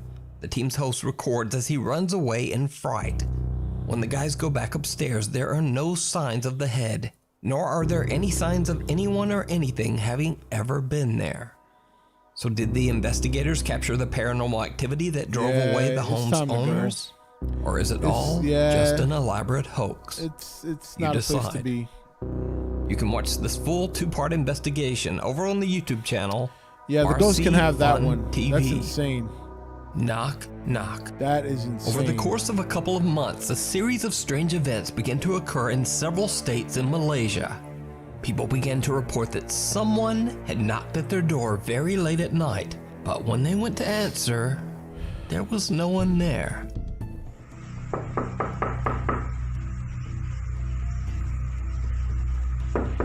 Well, the people who lived there before had something. They just left. Rumors spread throughout the countryside that the incidents were somehow related to the supernatural. And strangest of all, this odd occurrence wasn't just reported by one person, but multiple people across completely different states, spanning a large section of the country.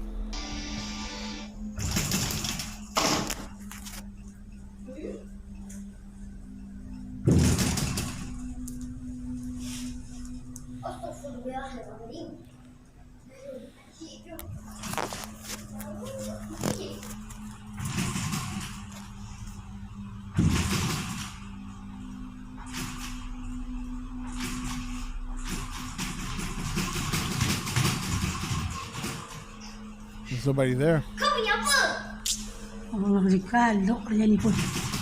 You can see the car outside. There's nobody there.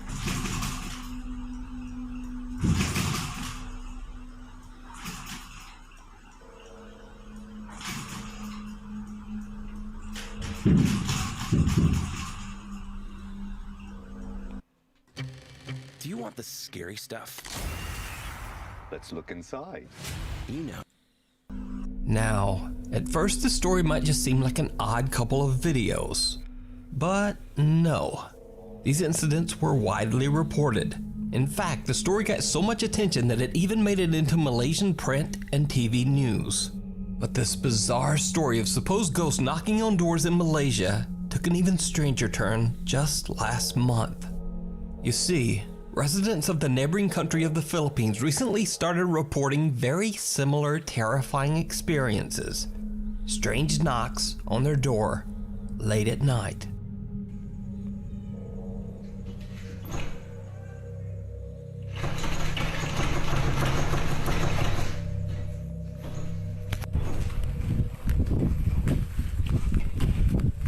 That's weird. May tawa sa inyong balay!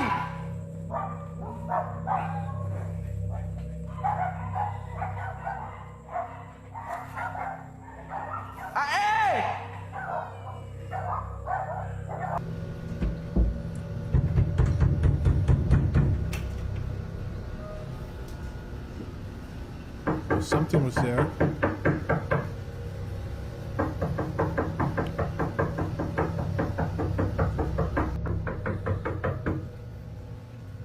Oh shit. What the fuck? But this time, the late night knocks were blamed on a very different, but equally bizarre cause. Eyewitnesses claimed that the knocks were from gangs of dangerous cult members who go house to house with the intention of hurting anyone foolish enough to open the door. Again, there were multiple reports around the province of Misamis Occidental in the Philippines. Videos circulated online of armed men roaming the streets looking for the cult members. But they never found anyone. And it gets even weirder, because some eyewitnesses claim that these cult members had strange supernatural powers and could actually disappear and reappear at will.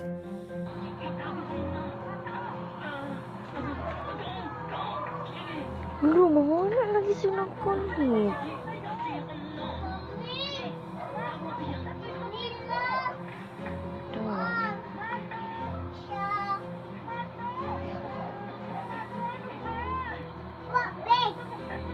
Wala no.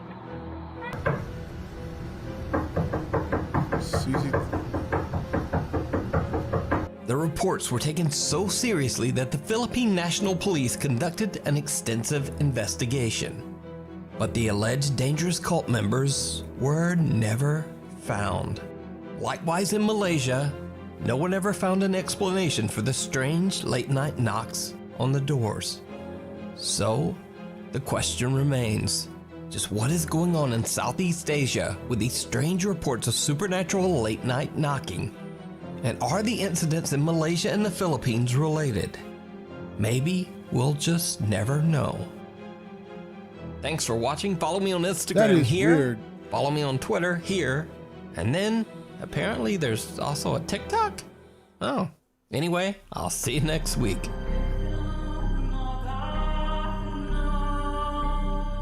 That's definitely some weird shit. The knocking. Huh. I don't know. I mean, whenever somebody knocks on your door, you should never answer. I mean, if it's late or if it's someone you don't know. The kid one was good. The one in Cambodia was fucking creepy. That's true. It was Akno's girlfriend. She was astral projecting across the world. Makes sense now. Now every time someone knocks on your door, we were all going to be like, fuck Rob had to show us this. That video was truly bizarre. They all are. It was a free car warranty. Oh yeah, they're pretty relentless.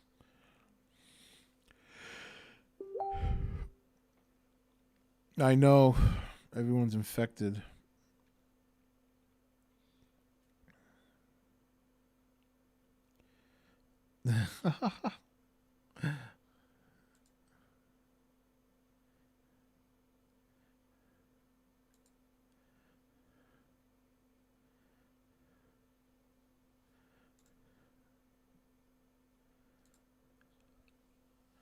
I definitely jumped if I saw that ghost in the window. Dude, it was like, it just like ran up right on him. Like, wait, what are you doing, motherfucker? Yeah, the Cambodian one was definitely like creepy as fuck. Cause they actually saw the face. Like they looked right at each other, and that's what made it creepy.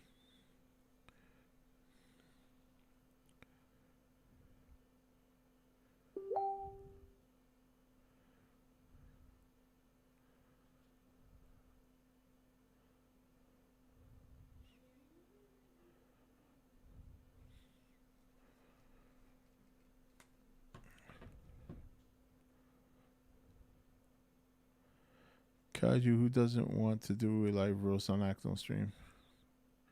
I would create a fake ass ghost video with a shitty camera, and I will do a jump scare instead.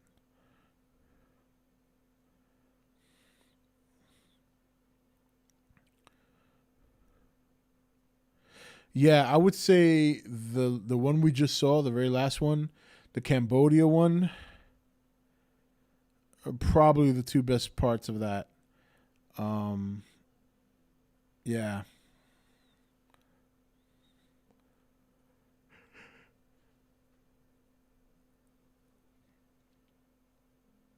Oh my God, I'm so excited for football tomorrow. I have 8 pounds of wings that I'm going to be seasoning when stream is over. Then tomorrow I'm going to cook them at about 11 o'clock, take them over to Dad's house, and we're going to wing it up and watch football. Rob, what do you think about those designs in God of War? Thor's design in God of War. I like it. I mean, I think some people may not like it because they're like subconsciously used to watching Chris Hemsworth. But I believe, if I'm not mistaken, in Norse mythology, I think that's how he was described, as a bit of a burly, husky-looking guy. Well, they're playing the Patriots. Are they at home or? Actually, let's look at the schedule for tomorrow. Let's see. I don't even know who the Giants are playing. Let's see. NFL schedule. So we got Eagles versus Falcons at Atlanta. Steelers at Bills. I'm going to take the Bills in that one. Vikings at Bengals. Vikings should win that. 49ers at Lions. I'll take the 49ers. Cardinals at the Titans. That's going to be a good match, but the Titans should win at home. Seahawks at Colts. That should be a lot of good games. Chargers at Washington. Chargers should win that. Jets at Panthers will be interesting. Jaguars at Texans. Battle of the Inept. Got to go with Texans, though. Jaguars really suck. I mean, I know they got Lawrence and all that, but they really suck. Browns at Chiefs. Oh, that's a good one. Dolphins at the Patriots. So I guess it all depends on how. If it was the Patriots of last year, it would be Dolphins easily. But we don't know how good Mac Jones is going to play. So if Mac Jones plays well, it could be a tough game for the Dolphins. Otherwise, the Dolphins should probably win. Packers at Saints. No more Drew Brees. I want to go with the Packers. Broncos at Giants. The Giants should win that. Bears at the Rams. I'm going to go with the Bears at home. They have a better defense and a new quarterback. And then Monday night, it's the Ravens at the Raiders. I'll take the Ravens.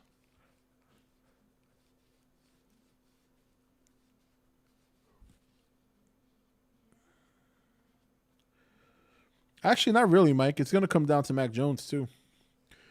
The Patriots ain't going to win without him. You know, everybody's talking about Tua. You got like 4 rookie quarterbacks. Because I tell you right now, if Mac Jones doesn't live up to his potential, the Patriots are going to like go 1-15. My plans for next week's streams, it all depends what happens in the news this week in terms of entertainment. Now that I got my editing software working, I'm hoping I can squeeze out some videos this week. Akno Goji tipped $5. Can't wait for the 49ers at Lions game. Can't wait for that game. Who are you going for, Akno? I guess I think you're a 49ers fan, right? I don't think I remember you saying you were a Detroit fan. But, yeah, that should be a good game. But the 49ers should win that. I like that running back from the 49ers, Morstead. I like him.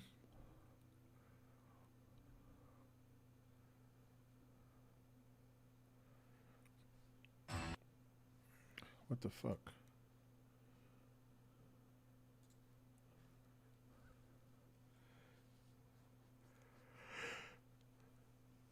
Yeah, me too.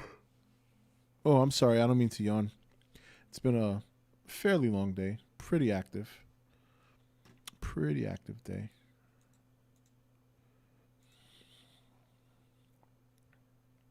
You are one awesome motherfucker. How many superheroes has Batman beaten with superpowers? Not sure. I'm not. Akno Goji tipped $5. 49ers also 49ers fan. Okay. I don't know that much about Batman's comic lore, so I don't know how many superheroes he's beaten. But it doesn't really matter. He should have never beaten any of them, in my opinion.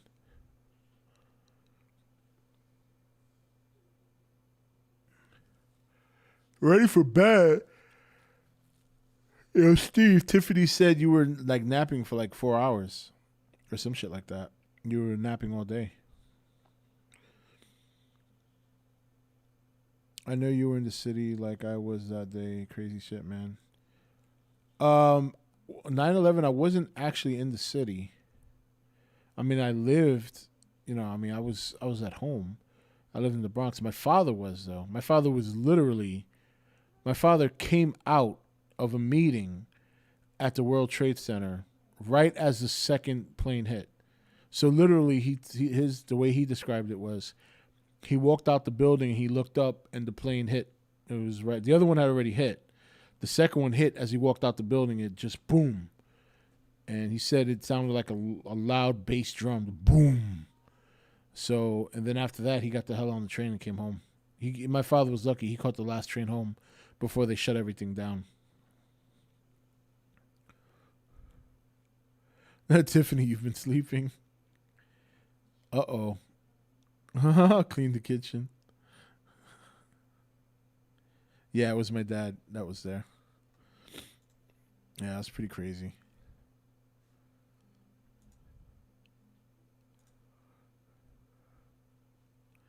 And unfortunately, we're probably going to see that happen again in the next couple of years, if not something worse, because of what happened. Because there's a lot of refugees that came over on those planes, which, to me is ridiculous.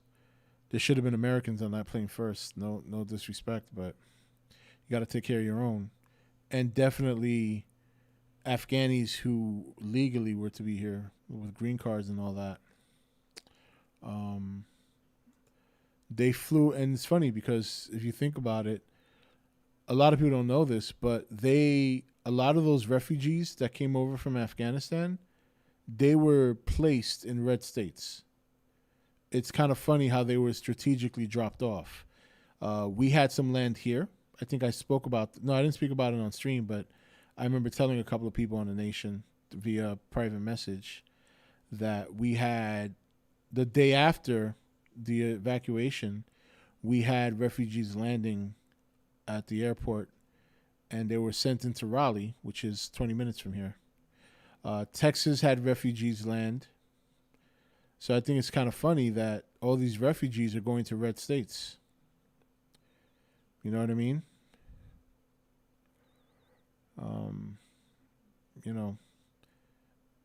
People can say what they want about Republicans or Trump, but the fucking Democrats are straight evil.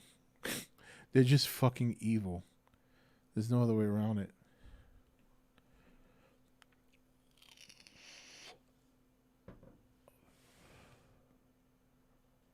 Yeah, some of them are terrorists. Some of them are actually criminals, rapists, abusers, aside from the fact that some of them could be terrorists in hiding, but a lot of them are not good people.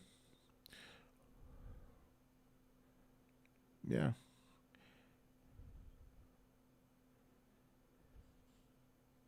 Yep, terrorist machine is back up and running, unfortunately. No, none of them went to blue states. They all went to red states. Which I think is fun. I mean, it's so obvious what they're doing. Robert's connecting dots like the scene in Always Sunny in Philadelphia. I know. Well, but here's the funny thing, though. The dots are there. Like, you can connect them, too. You know what I mean? They're there. You just got to pay attention to what's going on in the world, primarily, because everything that goes on in the world, it's like one symbiotic circle. This is why I don't watch mainstream media. Even Fox. I don't watch Fox. Like, not anymore. The most I watch on Fox is maybe Tucker Carlson and Greg Gutfeld because he's funny. But I don't watch Fox because even though they're an alternative viewpoint, they view things from the right side, they still pony out the same stories as some of the other ones. They just do it from a right's perspective instead of a left's perspective. You are one awesome motherfucker. But most of the accurate news that you're going to get, believe it or not, you're going to find on the internet. Akno Goji tipped $5. Do you think there a chance the 49ers make it to the Super Bowl this season? If they stay healthy, there's a chance. But honestly, I don't see anybody beating Tampa. They kept most of their team. They didn't even play that well last year until the end. If they play this year like they did during their run last year, no one's going to beat them. Tom Brady is too chiseled a veteran quarterback. They have receivers up the ass. They have two very good running backs, and their defense, nobody can run on their defense. They held Ezekiel Elliott to like 9 yards. Nobody can run on that defense. Look what that defense did to Patrick Mahomes. And the Kansas City Chiefs offense is probably one of the most potent offenses in the league. No one is beating that team. No one, and you got Drew Brees is gone now. Aaron Rodgers, God knows how he's going to play because he's not exactly happy where he is. Who else you got in the NFC? The Washington Redskins are still too young and inexperienced. They don't really have a quarterback yet. They have a good team, but they don't really have a quarterback yet. The Vikings still have what's-his-face at quarterback. They're not going anywhere. Kirk Cousins. As long as he's their quarterback, they're not going anywhere. But they're another team that has a very good running back, a pretty good offensive line, and a pretty decent defense, but they're not going anywhere. Who else we got? The Rams. Now, the Rams are an interesting team because the Rams' defense is just as good as Tampa. They have talent on offense. What they lacked was their quarterback last year, who's now with Detroit. Can't remember his name, but he's the one they traded for Matt Stafford. He wasn't like one of those slingers, you know what I mean? Like he couldn't really get the ball to their talented receivers. But now that they have Matthew Stafford, it's going to kind of be interesting how they're going to play. Seattle, they are an enigma because as talented as they are on offense, their defense is just horrendous. Their defense is not nearly what it used to be. Oh, no, I said the Redskins, and that's how it's going to stay. Fuck the Washington football team. So, yeah, I mean, you know.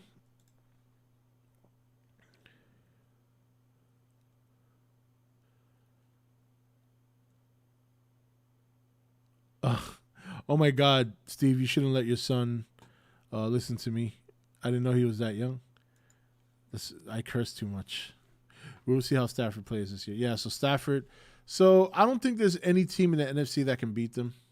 I would say the Green Bay Packers have the best chance. Now, some teams that are going to be good in the future, in the coming years, the Redskins, the Bears. If Justin, is it Justin Smith? I forget his last name. If he plays as good this year as he did in the preseason, they're going to be something to watch in the future. Who else? The Cowboys are always a team. I mean, that's another team. I mean, Cowboys played them well, but the Cowboys, as talented as they always are, and they are, I mean, man, Dak Prescott played a hell of a game Thursday. They always find the Cowboys from the Tony Romo era up to this point, the epitome of that team is snatching defeat from the jaws of victory. The Dallas Cowboys always find a way to lose in games that they should win. That's just what they are now. They're an underachieving team. That team has had so much talent in the last 15 years, and for them to not win or not even go to a Super Bowl is, and this is coming from a Giants fan, like when the Giants made that playoff run for their first Super Bowl, I don't know if you guys remember, Dallas Cowboys were like the number one seed. You know what I mean? Or they won the division that year. Were they the number one seed? Yeah, because the first game that year that the Giants played was in Tampa, and they beat, was it Jeff Garcia? Yeah, Jeff Garcia was the quarterback at that time for Tampa Bay. They beat them. Then they went to the second round. Dallas had the first round bye. They went to the second round at Dallas. They won. This was after the Cowboys beat them twice during the regular season. And that's what I'm saying. The Dallas Cowboys find a way to lose. Thank you, Justin Fields. That's what it was.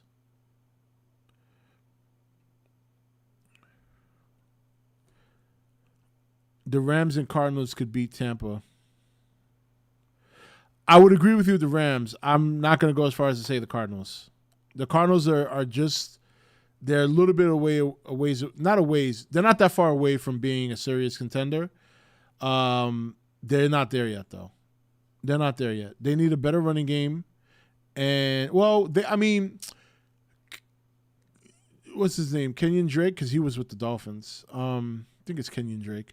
Like, he's a good running back, but they don't hand the ball off to him enough. Their defense is still a little suspect, but they're almost there. Like, offensively, they're pretty good. They're solid. I think their offense is good enough. Awesome if they get a running game, they'll be elite. But they got to improve that defense a little bit. Akno Goji tipped $5. The Bears will win in a 100 years LOL. No, I don't think so. I think the Bears, if Justin Fields is the real deal, and this is why, like, I know a lot of these rookie quarterbacks have been looking good. We're going to see tomorrow just how good these guys are. My prediction, I think Zach Wilson from the Jets is going to be probably the best pick out of this draft. I have a feeling Trevor Lawrence is going to be a flop. I don't know what it is. There's something about that guy that I'm not feeling that. I think Zach Wilson and Mac Jones are going to be the ones to kind of lead that class, in my opinion. Could be completely wrong, but I don't know. I just get this vibe that Lawrence guy is he ain't the answer. I don't know.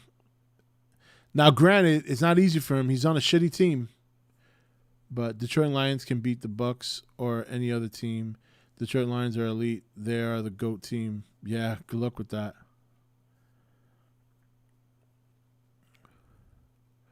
I wonder how the vaccination mandate for employers with over 100 employees will affect this country. Well, it's not going to, because it's not going to happen. That's an overreach. That is going to get sued into oblivion. And the only reason Biden came out and did that was to pull attention away from Afghanistan. That's not a smart thing. That's not a smart way to do it, but that's how desperate he is. Well, I shouldn't say Joe Biden. Whoever's pulling his strings, because he's already admitted to that numerous times. But while that is very Orwellian and it's basically dictatorship, that's a dictatorship move. It's not going to fly here. See, the one good thing that America has left is a judicial system that is based on the Constitution. And no matter what people say on Twitter or on the news or whatever, that's like, you know how people are always spitting out that's unconstitutional, that's unconstitutional? People spit so much random shit now. Like, people are saying abortion or preventing women from getting abortion is unconstitutional. Show me anything in the Constitution that says abortion's okay. It doesn't. Doesn't. You know, what I think what needs to happen with people who believe in abortion, they need to see what actually happens in an abortion. And I think once you see what happens during an abortion, you'll quickly change your mind and say that's just straight up murder. You know, my wife's been pregnant twice. Okay, I can show you guys what a baby looks like just a couple of weeks. It's not hard. I still have my kids' sonogram pictures. I can tell you right now, most women don't find out they're pregnant till 2 months in. Okay, and by then, you've got a baby in there. So, but for those of you who don't know, basically what they do during an abortion is they put this little arm, so to speak, for lack of a better term, in the woman's vagina. The arm has hooks that clamp on the baby's head. It twists the baby's head until the head rips off, and then they take it out, and there's your abortion. That's what happens during an abortion. And it happens during an abortion of any age. So if a woman's like 6 months in, those states that allow you to get abortion 6 months in, and I can tell you right now as a parent, the baby is fully formed at 6 months. They go in, they clamp on the baby's head, they twist it until the baby's head is ripped off, and they pull it out. That's what happens. Now, you don't hear that. Nobody told you that. If that's the first time you're hearing of it, there's a reason why they will not tell you what happens during an abortion. And there's a reason why when other people try to tell you, like right now, who knows, this video might get completely smashed. But I'm not big enough on YouTube, so I might get away with it. But if you didn't know what happens during an abortion, that's what they do. That's essentially what an abortion is. And if it's small enough, it's early enough in the pregnancy where it's not fully formed, they just crush it, pull it out.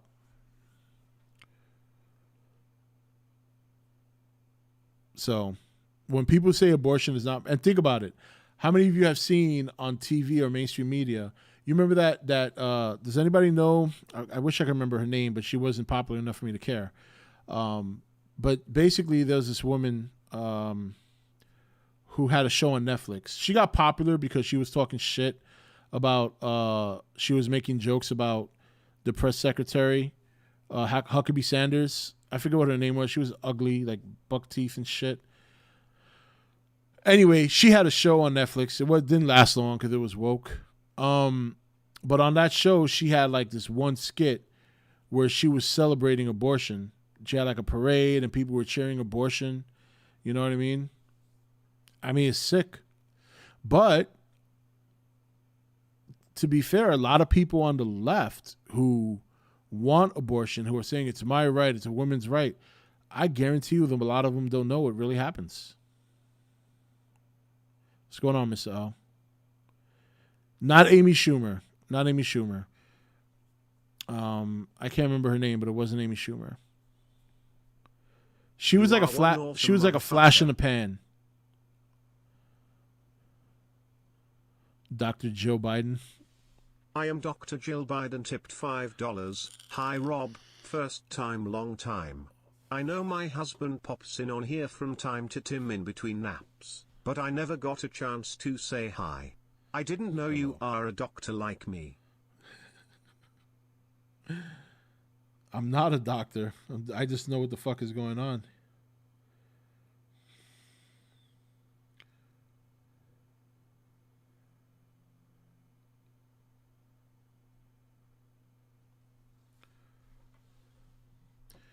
Michelle Wolf. That's who it is. Thank you, Ollie. Michelle Wolf.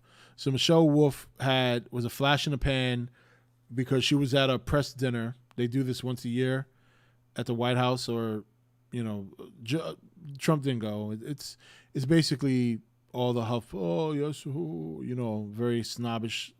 Anyway, she was at that dinner to do the comic relief, and she said some horrible things about Sarah Huckabee Sanders, who was sitting right there.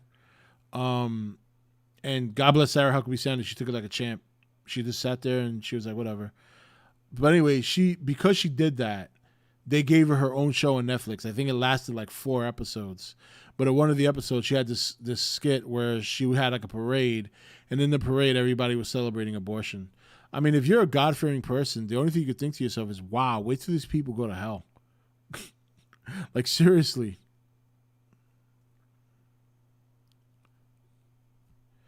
Yeah, well, you know, I mean, it's touchy. I get it.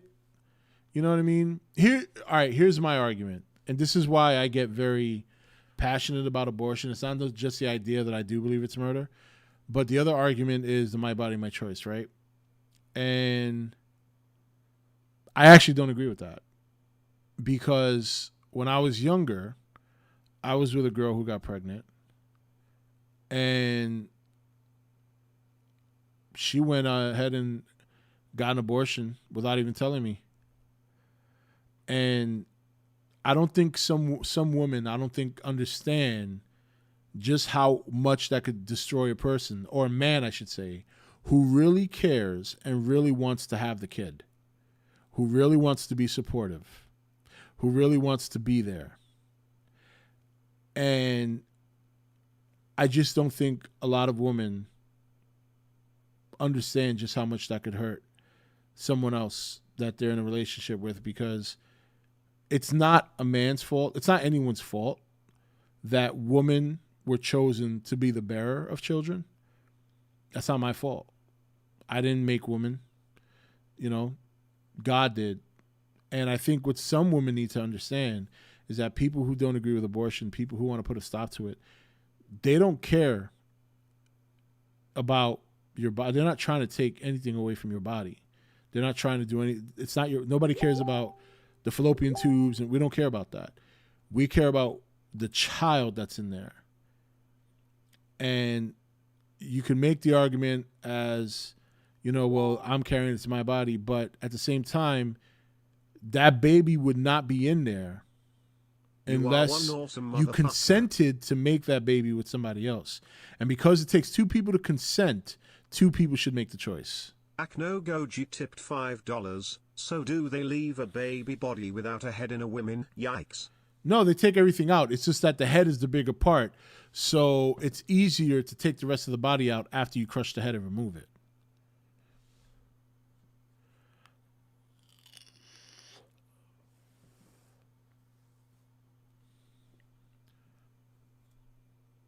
Well, that's the other part.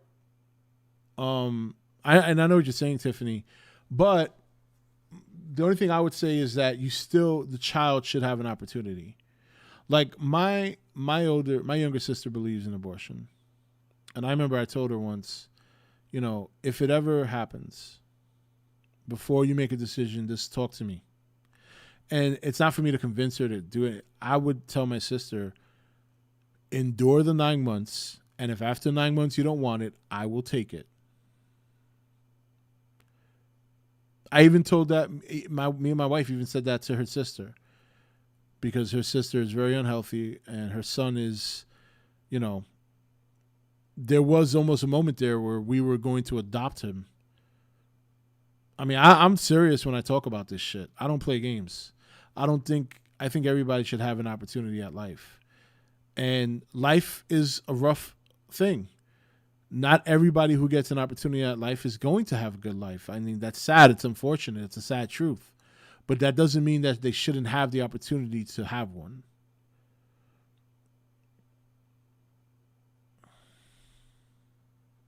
So that's one of the more common arguments. So a woman being raped. And I would go back to the argument I just made about my sister.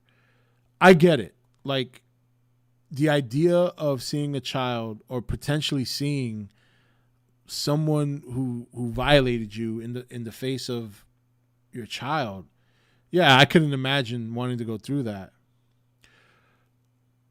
It's not the child's fault. It didn't ask for that to happen. It didn't ask to be born that way. And I think that, once again, endure after those 9 months. And if you don't want it because of that, completely understandable. Give an opportunity to someone, because there's a lot of people out there who cannot have kids. During my first marriage, my first wife, she had a friend, very, very nice lady, who had a lot of health issues and could not have children. And she has 3 kids now that she adopted all of them. She adopted all of them. There are people out there. There are parents out there that want kids that can't have them that way. I mean, the abortion thing is getting serious in this country in the sense that our overall population is on a decline. That's how much abortion. I mean, I think it's like 2 million abortions a year now. It's so bad now that our population is actually on the decline. Like we're going down in population because a lot of women are aborting now. There are a lot of people that marriage is not a thing much anymore. You know what I mean? So again, I can't there's going to be a whole lot of trauma for a mother and a child. There's so many scenarios as to what can happen to that child, good or bad. You're right. I don't disagree with you one bit. I don't. My only argument, and what will always be my argument, is you got to give an opportunity. Especially to something that's as innocent as an unborn child. You know? No matter how many things bad happen, outside of that, you have to keep in mind that's not their fault. They don't deserve. Think about it. If like you're talking about a very sensitive subject, right? Like rape. The woman gets traumatized. Obviously, the one who did the grotesque act oftentimes gets away, and then at the end of it all, if the woman gets pregnant and aborts, it's essentially an unborn child who pays the price. So instead of the rapist going to jail and perhaps the mother finding a way, you know, whatever kind of help she would get. You are one awesome motherfucker. You know what I mean? Family support, psychological if needed, whatever. But it's ultimately the idea that the baby has to pay for that. You tipped $5. And hence this is why the story of Rob and his ex and the whole Long Live the King legend is a very important story. It must be told. Oh, if God. people follow the Rob method, the abortion rate will drop. Oink. That's horrible. I mean, it's a true story, but it's still horrible that you bring it up during a serious conversation.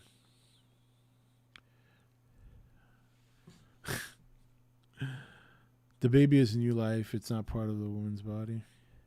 I mean, it is part of the woman's body. It is connected to the woman. It relies on a woman's, resources that develop during the pregnancy. The problem is that for a woman to get pregnant, it takes consent for two people. The woman cannot get pregnant without a man's sperm. And some women, not all, but the way some of these women out there talk, especially the ones who are like celebrities or whatever, they make it sound like it's the man's fault that they have to go through what they're going through during a pregnancy, and it's not. I mean, you let them, number one. Number two, it wasn't a man's decision for a woman to carry a child. That's God's decision. So if you got a problem with it, you got to take it up with God. But here's my thing. I think the idea that a woman can get pregnant, go through a 9-month cycle, and actually deliver life, or actually give life. I mean, for all the worshiping we give to superhero movies and all that, there is no greater superpower than giving life. I mean, if you really think about it, I mean, I look at my kids, man, and I'm like, wow. And I remember I was there when my wife gave birth to both my kids. There is no greater superpower that exists than a woman who can give birth. It's just an amazing thing. Sex education. I'm not necessarily giving sex education. But if you want her to have the baby, then support. No, and you're right. See, that's the point, Tiffany. That's what I'm saying. And that's why when I make the argument, I'm arguing with the idea that the man is going to be there to do his job, to be supportive, and be a father. That's what I'm trying to say.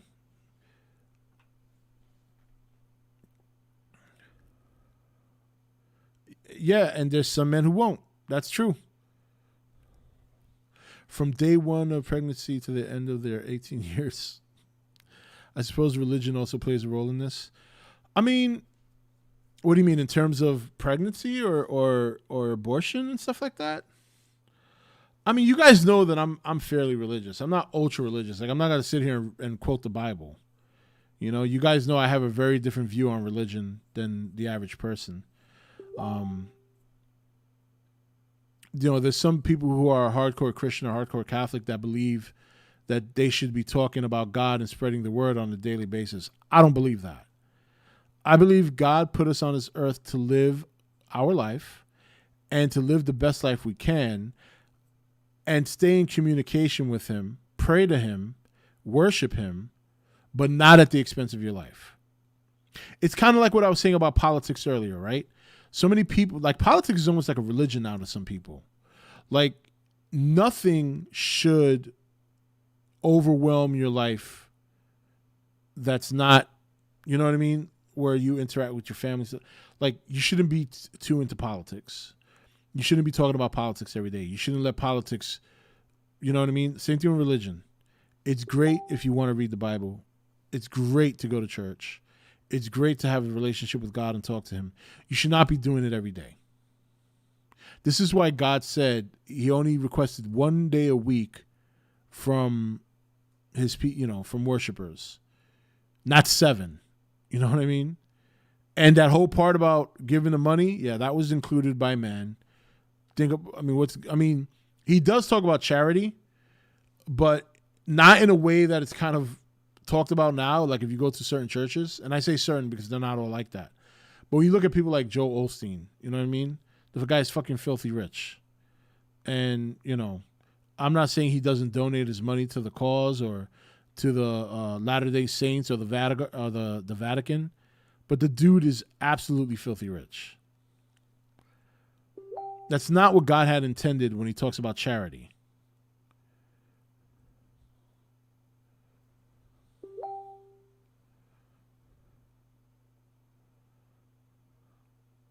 Yeah, one of the main differences between Christianity and Catholicism is that Christians do not pray to Mary. They don't pray to Mary at all. They don't believe in that. Like, they know of Mary, but they don't pray to her like Catholics do.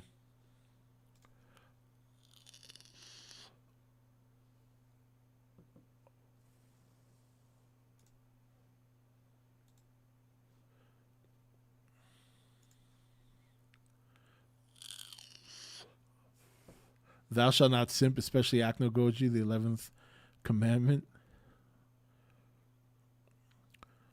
Let's also talk about women who get pregnant with a good man but abort the baby behind their back. Well, that's what happened to me years ago.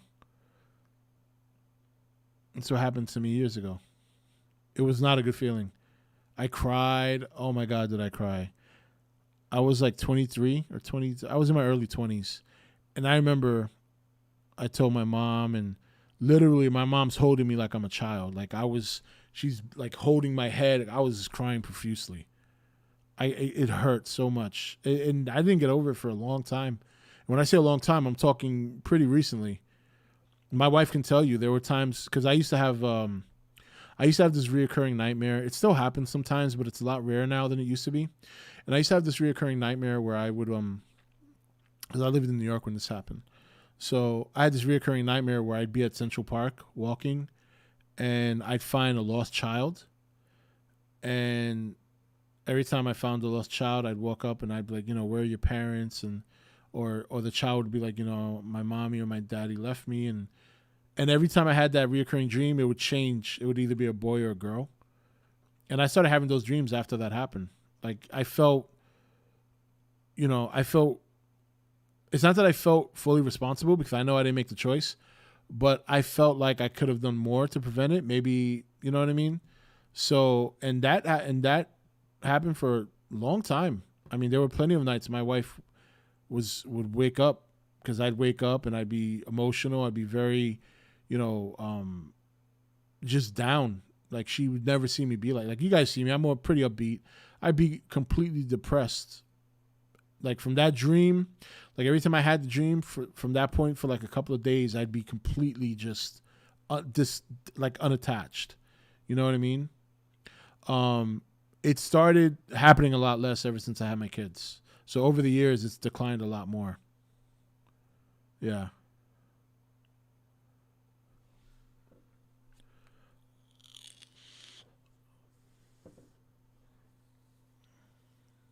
Yeah. It's not a good feeling, and unfortunately we have a society where, we have a political party that is heavily pushed, not only abortion, but the idea that the man has no say. And I'm of the ultimate belief that the man should. Now, if it's a man that just up and decides, I don't want to be the dad, or I'm going to just leave you pregnant, that's a different story. Then the woman takes full responsibility for making the decisions for her child, including whether or not the father will get to see it. You know, 'cause if you're gonna bail, then you have no rights. But if you're willing to stand by, if you're willing to be the dad and be the father and take the responsibility, then yes, you should have just as much say in what goes on as the mother. It doesn't matter who's carrying it, you know, because, you know, I feel, in my opinion, that women need to understand it's not a man's fault that they carry the kid. We didn't ask for that, you know.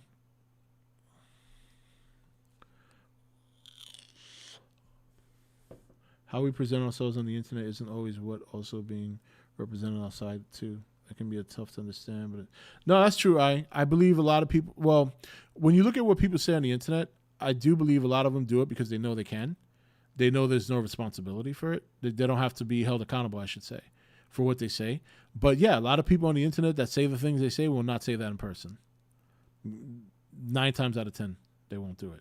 Now, you see people being emboldened now to act out some of what they say on the internet because there's now beginning to be no accountability on the outside world. I mean, look what happened to Larry Elder in California. Even if that woman gets arrested, what's really going to happen? I don't even know if she got arrested, but if she did, what's going to happen? She'll get a fine that she'll never pay? She'll be back out on the streets doing some other dumb shit.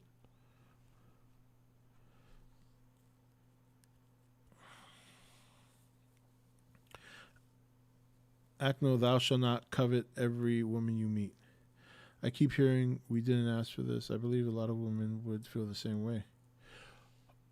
About what? About getting pregnant? Or about being the one to be pregnant? Because if it's about being pregnant, I have to disagree with that. Like I said, it takes 2 to tango. And, you know, I know you brought up rape before, and that's a different story completely. But beyond rape, you know, if a woman gets with a man and she gets pregnant, she can't look at him and be like, I didn't ask for this. Because he's going to look at her and say, yes, you did the other night. You know, all right, maybe you had a couple of tequilas, but that's on you.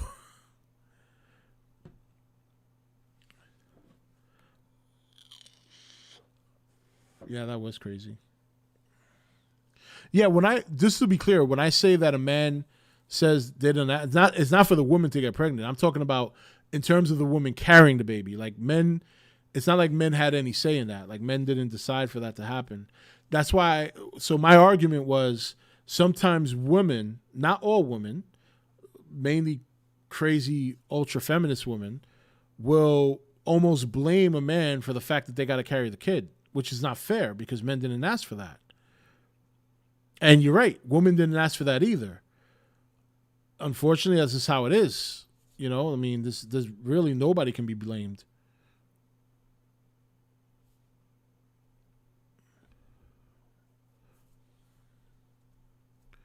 So I guess what I'm trying to say is that's not an argument that should be brought up by anyone. You know what I mean? Like, condom ripped or birth control wasn't working. That's on y'all. But all parties have equal say in what happens with the kid next.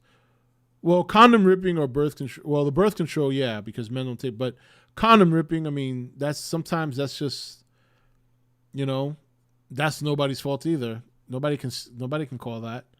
You know, now, you know, if you want to say that, obviously every now and then you'll have a man or a woman that might be a little bit malicious and poke holes in the condom, but a man or a woman can do that. That's not exclusive to one sex, you know, and that's wrong. Yeah.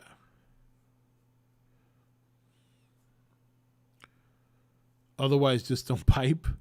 Yeah, I mean, ultimately, the best way to not have a kid if you don't want one is, but I mean, I get it. I mean, nobody's going to abstain, but there are practices in place to help you prevent from getting pregnant. You know, birth control in a woman's case, condoms, dudes need to strap, women need to hold dudes accountable for strapping.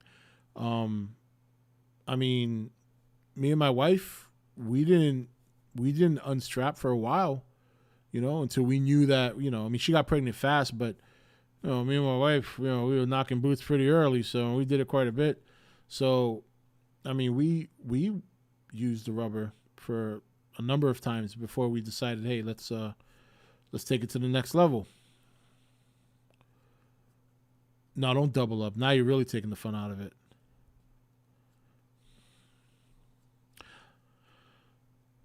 I know someone that they were getting divorced and she tried to entrap him with making holes in the condoms. Yeah, that's why I did not have sex with my ex during the time that we were in the middle of a divorce, and she was really coming on strong. Especially when she went up to me one day, like a day or two after I told her I wanted a divorce, she was like, "What if I'm pregnant?" And I'm like, "Oh, here we go." And that's why I was like, "Okay, we're not having sex." Sometimes when stuff like this happens, I have to be grounded and say, too bad, so sad. There is no perfect world. Eventually this happens to people. But yeah, it's not a perfect world, you know. Sometimes people are going to have a kid that is... most children are... look, you can never plan for a kid no matter what. It doesn't matter. It doesn't matter how prepared you are. You can have your nursery ready. You could be fully stocked on diapers. You have your crib, have everything you need for the baby. You are still not prepared. You're not. There's no amount of preparation. There's no amount of money that can prepare you. There's nothing. Once that kid is here, it all changes. But it all changes for the better. You what? You finally decided to finish the fight? It is time to finish the fight.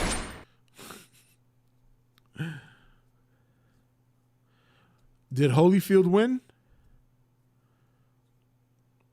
Yeah, man, it was crazy. He just felt she was being overly sexual towards him, and he just got weird feeling about it. Checked the condoms, and they all had pinholes through the wraps. Yeah. Joy Division. Yeah, I know who Joy Division is. He did the sound score for The Crow. Holy moly, after the hell women go through with it, I thought it'd be more common knowledge for guys to stay away from getting pregnant. There are a lot of people who are parents who shouldn't be, in my opinion. That's true. Holyfield got knocked out? Oh, man, I want to watch that, but I can't. I don't want to pay for it.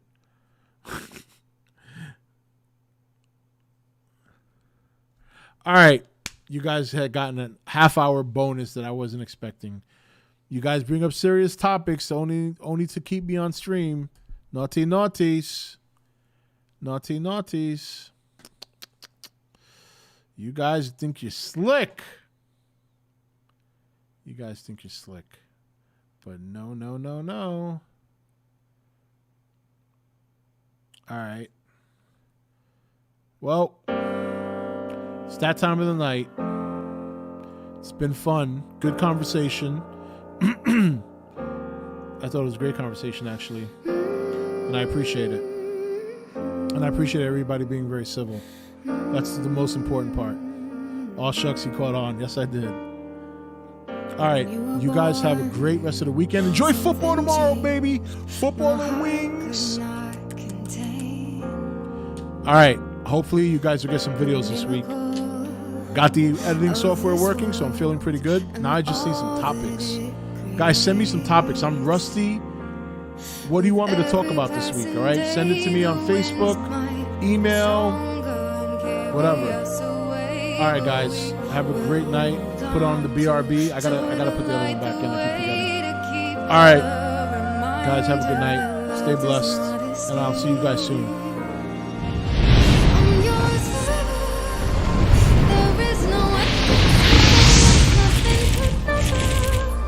The kind of strength